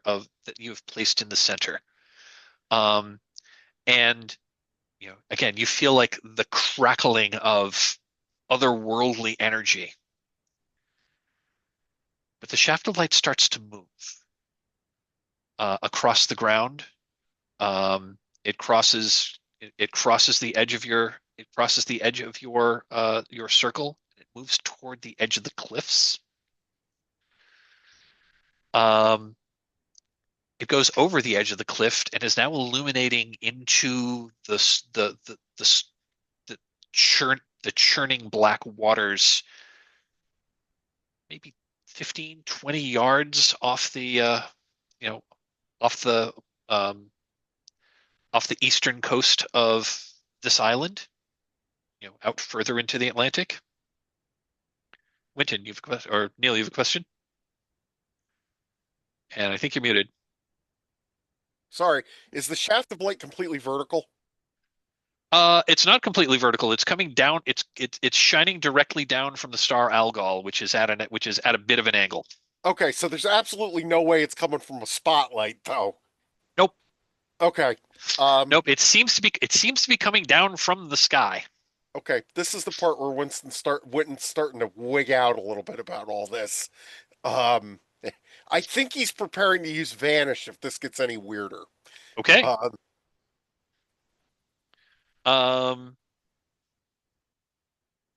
So as this shaft of light from Algol comes down, all of you know, you just know that you need to be in that light to get the occult power. I mean, I've already got the urge to swim, so I'm there. And it's like gone off so it is shining into the water. So in That's order fine, to I do can this, you're swim. going to need to jump off the cliff into the water and swim. That's great. I can swim. So you're going for it. I'm going for it. Dot, what are you doing? Again, you know that you need to be bathed in this light to gain the knowledge you seek. I mean, I definitely want to jump in, but I am still like plagued with visions of being sea swept. So I think I'm going to try and um, scale the cliff instead. I'll try and climb down. You're going to climb down. You're going to try to climb down and get into the water that way. Yeah. Okay, but you're also still trying to get out to sea into the shaft of light. Yes. Okay, Yes. awesome. Winton, same to you. You just get this feeling that you need to be in the light, and the light is going to show you the light. Or is it just something playing tricks with you? What do you want to do? Do you also want to try to get into the light? no, Winton's Winton's gonna vanish and look for cover. You're gonna disappear. Okay. Yeah, You're gonna cast. he's convinced that some of that food was spoiled and he started to hallucinate. I love it. And Florence, same to you. You just know that you need to be bathed in this light, and it is going to show you all of the arcane knowledge that you want. What do you do? Oh, yes, I absolutely believe in the Star of Algol as a spiritual staircase to wisdom of the next plane. I am going to attempt to have one of these creatures swim with me the same way that I was brought to the ladder of the dock. They're reaching out their tentacles. I'll embrace one. Ooh, I love it. Okay. I love that. And we are also getting close to time, so that's good. We're coming to the end. Let's resolve the vanish spell first. Let's involve the vanish ritual. What does it look like? So first of all, tell me, what does it look like to perform this ritual that makes you disappear from the eyes of others? I think Winton has gotten in the habit of keeping some sort of flash powder in his pocket as a cover for something he can just throw down. It goes up, releases a bunch of smoke, and then he's gone. And that's how he convinces himself that it works. There's clearly no supernatural element involved at all. It's just sleight of hand. Okay. I can turn invisible only when no one is looking at me. I love it. Okay. I'm going to ask you, like GM to player question. So is this actual magic that you don't believe in, but you can actually effect, or do you want to say that this ritual is less a ritual and more like actual stage magic? I'm leaving this up to you. I think it is a ritual, and here's my thought process on this. I think the flash powder that he's got came from somewhere unusual and has some kind of component to it that makes it work. Okay. So he doesn't even realize it. Yeah. So you're treating it as if you're treating it as if it is a magic trick. but you're unknowingly invoking real magic. Love it. Okay, fantastic. So, I'm going to say your sleight of hand skill 100% applies here. You are invoking magic, so we are going to involve a dark die. So right now your dice pool for this ritual is for your risk roll to invoke the ritual is 1 light, 1 dark. Okay. Would you be interested in talking about a devil's bargain? Sure.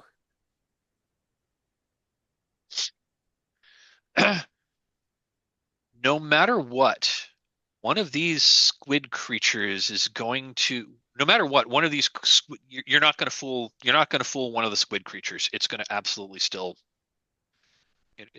like no matter what, one of the squid creatures is going to be like is going to see where you are and is going to know where you go.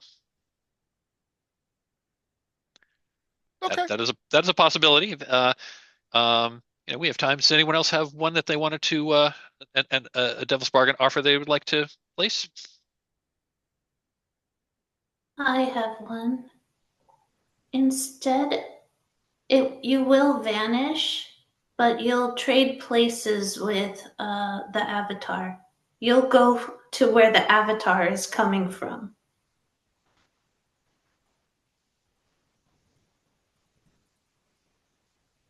Which is to the star, right? Or out in the water. Or out in the water. Let's go with the first one. Okay. No matter what, okay, sounds good. No matter what, so yeah, we're gonna go with so it's gonna be a risk roll, 2 light, 1 dark. Okay.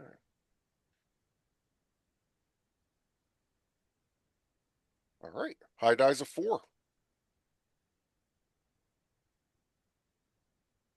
Oh, there it goes. Sorry, my thing was not 4. Okay, so that is a success with a complication. And I think the complication is going to more or less just be that devil's bargain. Your spell goes off. How can you tell, and how do like the viewers at home who are watching this movie, how can they tell that that you have indeed turned invisible? I think I become extremely translucent. That would be the camera trick that's used to indicate this in the movie version of this anyway. And I slip away, and all but one of the squid people pays no attention to me, and you can see the one head turn and track me, which makes it obvious to the audience that somebody's noticed. Got it. And so you've turned invisible. We're just like, and I'll just say like where are you heading? Like to the shed, back to the hotel, like behind a tree? What do you want to do? Yeah, probably. I mean, he's going to look for the nearest available cover and then start to make his way back. He doesn't want to run across open ground. Got it. In case there's not much on this island that isn't open ground. Right. I'll just say that. I mean, he'll duck behind a large rock if he can manage it. Okay. If there's something along those lines. Got it. And then make his way back to the hotel. Okay, got it. So you've turned yourself invisible. You've you're doing that. So the other three, the three of you are vying and trying to get. Basically, you're all trying to get to that light first. We are now going to have a contest roll. So in a contest roll, let me just read it. When treasure hunters act against each other, compete, or wish to inflict harm on each other, first agree what is at stake. Well, what's at stake is it's like the first person to like swim out to be bathed in this yellow orange light from the star Algol, which by the way is the demon star. Perfect. And Florence, you totally would have known that Algol is the demon star. So what's at stake is you're trying to get there. So everyone is going to gather dice. Everyone's going to gather dice in the dice roller under the contest roll. And basically, I'm going to have all of you like roll it at once because this is all going to happen at once, and then we're going to see who see who wins. So take 1 light die if your occupation or background gives you an advantage. Only get 1 light die, even if multiple skills would apply. You take an additional light die for every point of ruin that you have. This is one of those rare cases that having more ruin actually helps you. You will take 1 dark die if what you are doing is inherently dangerous and you're jumping into a stormy, tempestuous sea at night where the water is really, really cold. Oh, hell yeah, that's dangerous. So everyone's going to have to take at least 1 dark die. And this is the fun part. You can then take as many additional dark dice as you are willing to risk. Before, yeah. Sorry. Go on. It's just that I have a ritual that I think is important. Oh, okay. You want to use a ritual? Yeah, I want to bind my competitors. Oh. Oh. Okay. That's going to be something else. Yeah, okay. So Let's do do you that want to do first. that? Oh, okay. Let's absolutely do that first. If you want to use a ritual to bind your competitors. Yeah, Yeah, hold them in absolutely. place. I'm going to say if that happens, yeah, then it's not going to be a contest. Then it's not going to be a contest roll if you successfully bind them. Sorry, folks. Well, the only counterpoint I will bring up is that I personally was not going to be moving. Are you going to be binding me? Then If I'm binding you in place, I suppose I'm binding you to the creature that you're embracing. Right. Yeah. Okay, yeah. That's true. Then the creature can still move, right? That is true. The creature is probably going to do that. But I can still try it. I mean, I still think it's worth trying just to see what happens. Absolutely. Let's see what happens. Okay. Okay.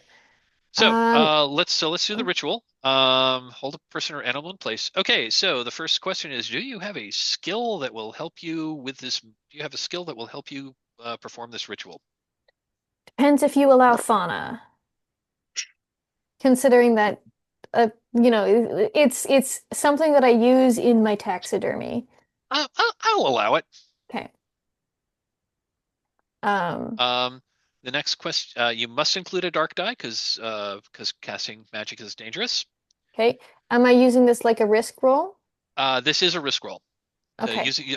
Casting a ritual is a risk roll. Yeah, got it. And we're getting low on time here, so I'm just going to throw a potential devil's bargain here. I'm going to say no matter what, casting this magic draws the attention of all of these, just invoking magic is going to draw the attention of all of these like squid men. Yep, I'm willing to accept that. So okay. That's 2 light and 1 dark. 2 light, 1 dark. Okay, 6 light. This goes off perfectly. Go ahead and tell us how this works. Go ahead and tell us what happens. So I pull out I pull actually I've managed to keep some of the bugs that I had on me. So I think I pulled out a beetle and a butterfly, and I take and I'm like fiddling, like holding with one hand and kind of just like fiddling with the other one because I'm still climbing, right? Yeah. And I place like the bugs like on my wrist as I pause climbing the cliff, and I take out a pin and I start to like use the pin to enact the binding ritual. The beetle for Charles and the butterfly for Florence, to kind of like pin them in place. And I mean, Charles, you dove off the cliff, right? I mean, that was the plan. Okay. In that case, once I've put the pin through the beetle, I'm then flicking the beetle into the water, so hoping that like I'm preventing your ability to swim. Ooh. And Florence, you were depending on those dark creatures to bring you to the water. Yeah.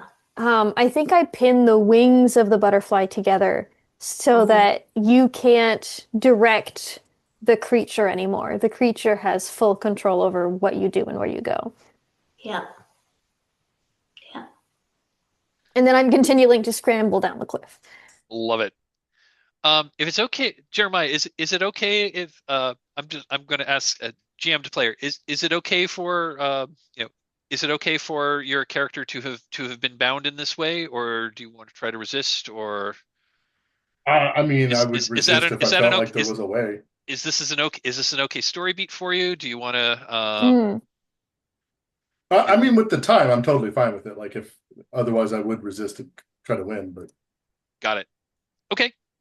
So yeah, I think in that case, I think what happens is I think Dot, you use your magic and you bind him just as he like dives off the cliff, and I think that kind of like freezes him in place, so he's like splashes in the water and it's just kind of like bobbing in the water. Just kind of a bad place to be if you can't actually swim. move, yeah. Yeah. This may not last very long, but it is definitely going to. It's definitely going to last. It's definitely going to take you out of the contest roll.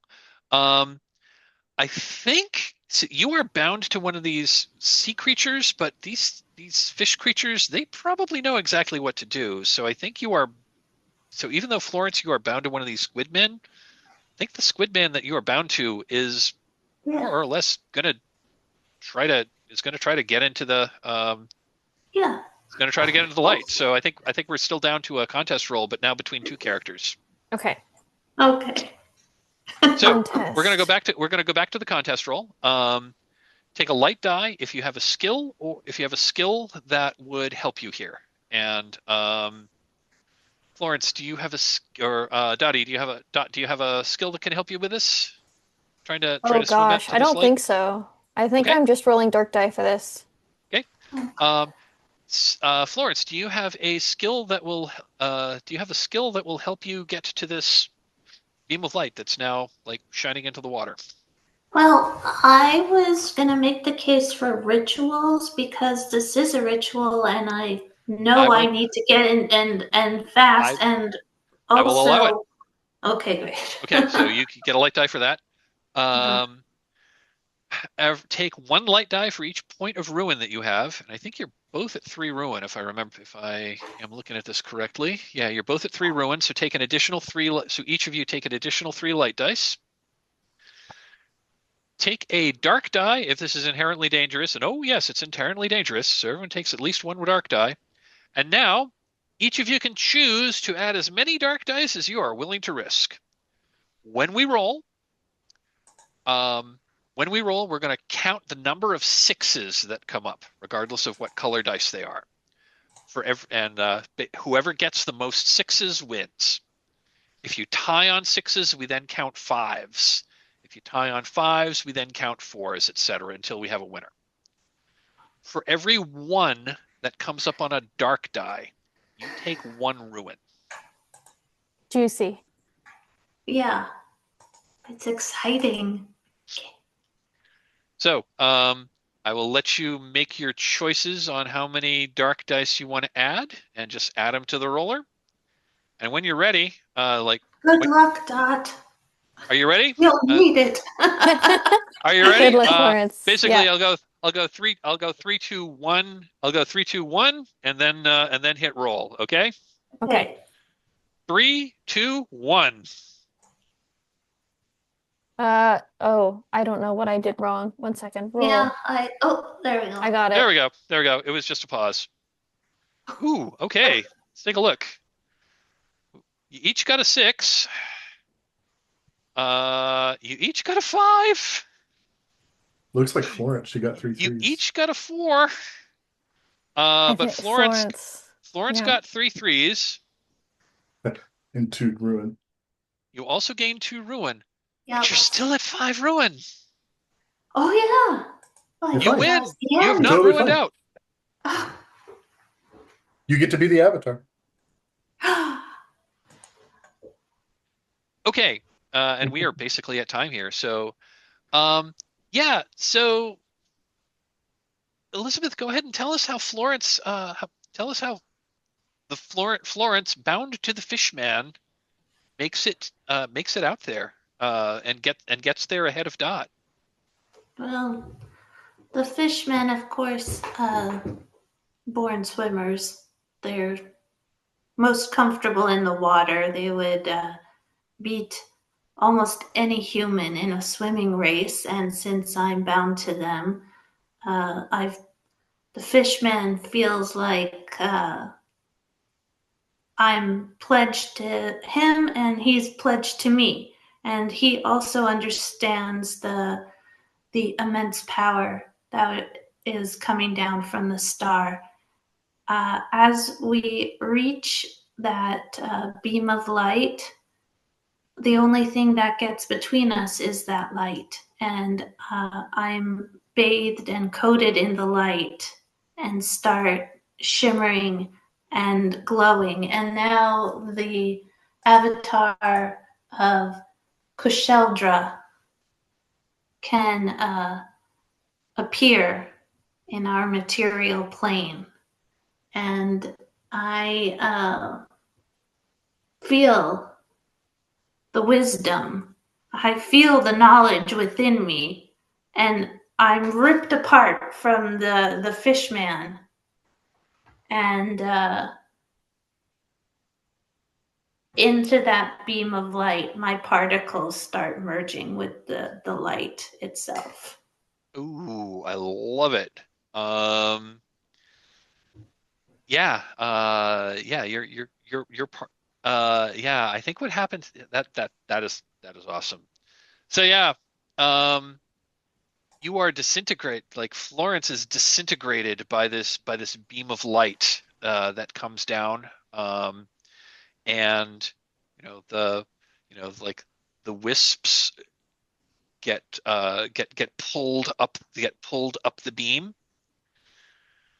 The beam has also engulfed the squid creature that was with you, and it also starts to glow, and it grows larger and larger and larger, such that it is, um, maybe 15 feet long. Um, it then rises out of the water, raises its tentacles up, throws its head back, and in this inhuman voice, um, shouts, "Yeah, yeah! The age of Kulshedra is upon the earth. Kneel before me." And I think that is where we're going to end. I don't know how you kneel while you're bobbing in the water, but I try.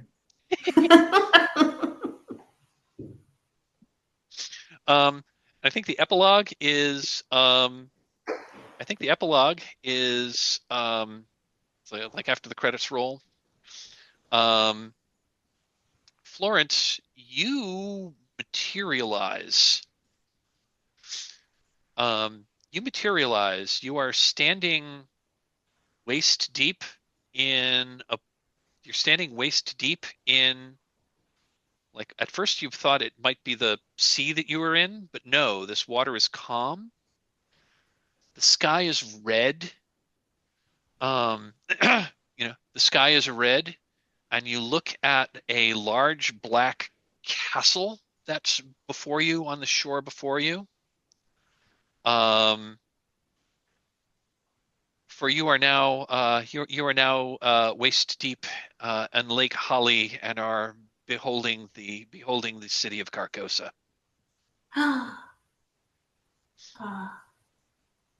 Like Venus on the clamshell.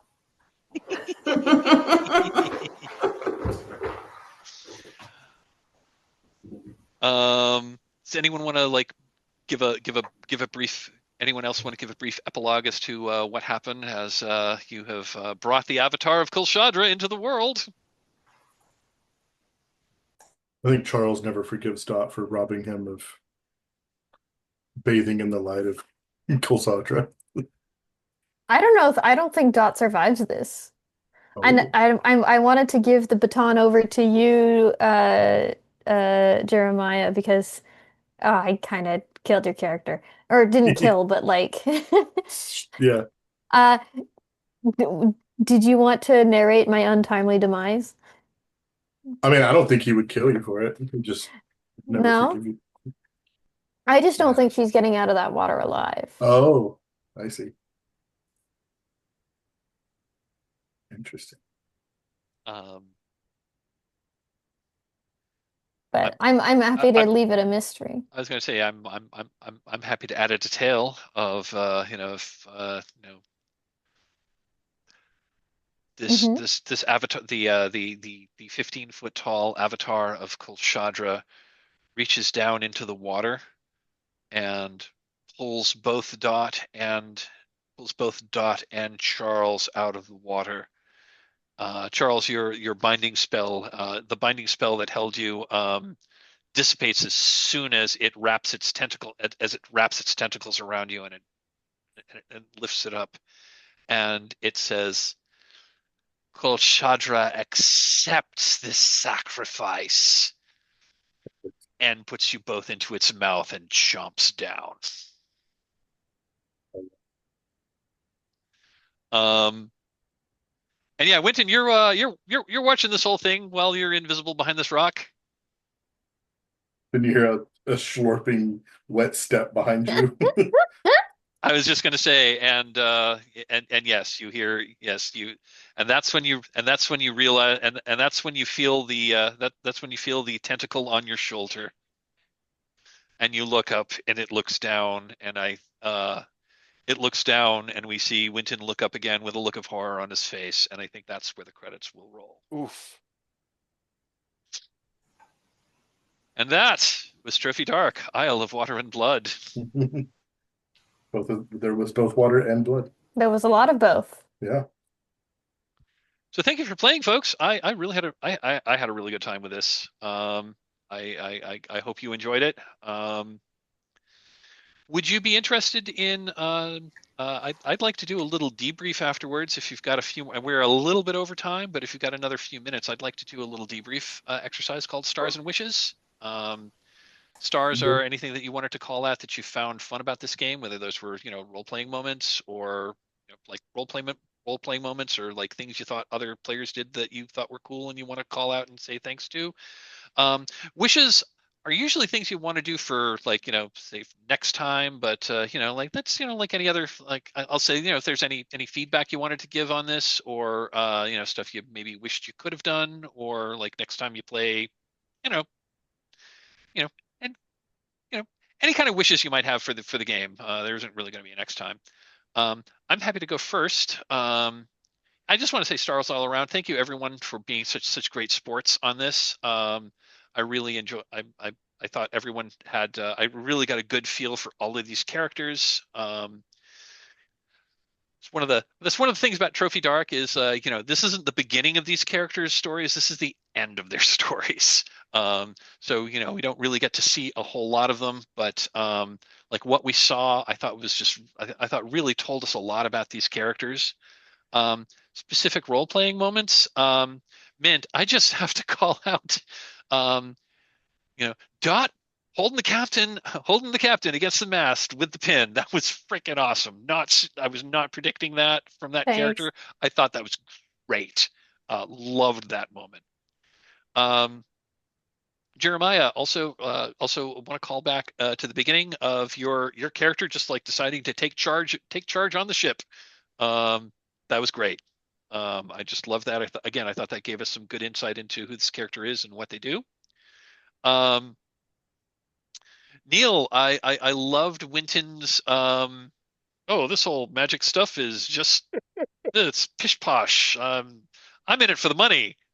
Oh my God, what did I see? I just like dealing with the whole like skeptic, even continuing to be a skeptic even when there was clearly like magic stuff going on. But yeah, I just like playing the skeptic. I just love that. I would love to see more of Winton Ashford at some point, but granted, who knows what's going to happen to him after his confrontation with Fishman. Elizabeth, oh my God. I love Florence. She was amazing. From the from her mysterious past to to her, to her disdain, to her to her expecting all the servants to be there, even what do you mean there are no servants? What do you mean there's no champagne? Loved that. And embracing the end, even though you were not at six ruin, but you're like, yeah, I'm gonna end it anyway. That was great. Thanks for being a good sport. Super fun game. I really had a ball, and my wish is I hope I get a chance to play with each and every one of you at some point in the future. Anyone like to go? I'm happy to call on someone. Go ahead, Mint.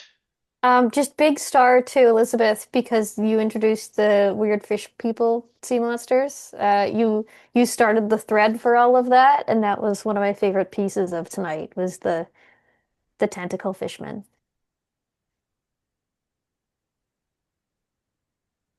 Cool. Yeah, big kudos.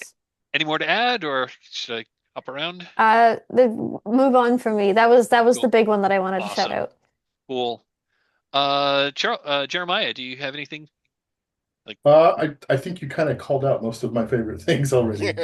Awesome. But I think the one I was gonna point out specifically, yeah, I loved Florence just constantly looking for the better things, like wanting all those creature comforts that were just never there. I got a kick out of that, especially because completely opposite to Charles, like he's ready to just rough it. It's fine. Love it. Neal or Elizabeth, would either of you like to give some stars or wishes? I had a great time. I enjoyed the story. I meant you really set the tone with Dot. You were not being, you had her just be direct. She wanted something and she was going to use whatever force was under her control to get it. And here I was like, I'll help you with astronomy. You're like, I don't need help. I got a pin. And I thought that was just great. And I think he embraced what Trophy Dark is going for, aiming for. And for me at least, that was like, okay, we're all here and we're gonna jump in with both feet. Pun somewhat intended there. And yes, a big star to you, Mike. Thank you for running the game and helping with the mechanics. It's a little complicated with the dice, but you guided us smoothly and felt like anytime I had a question or any kind of confusion, you were right there with the answer. Thank you for that. And I love this story. I loved playing an occultist, the other side of Call of Cthulhu, where I want this ritual to happen. And I embraced that and enjoyed that, embraced that literally with the fishman more than I thought I would. And it was a lot of fun to cut loose in this way, and had a great time playing with Jeremiah and Neal and Mint, as I said, and it was fun. It was great. Thank you. Fantastic. Thank you. Neal, do you have anything to add? Mike, I think you hit all the high points already, and I agree with you. Excellent performances from everyone. Thank you for an enjoyable game. Well, thanks everyone.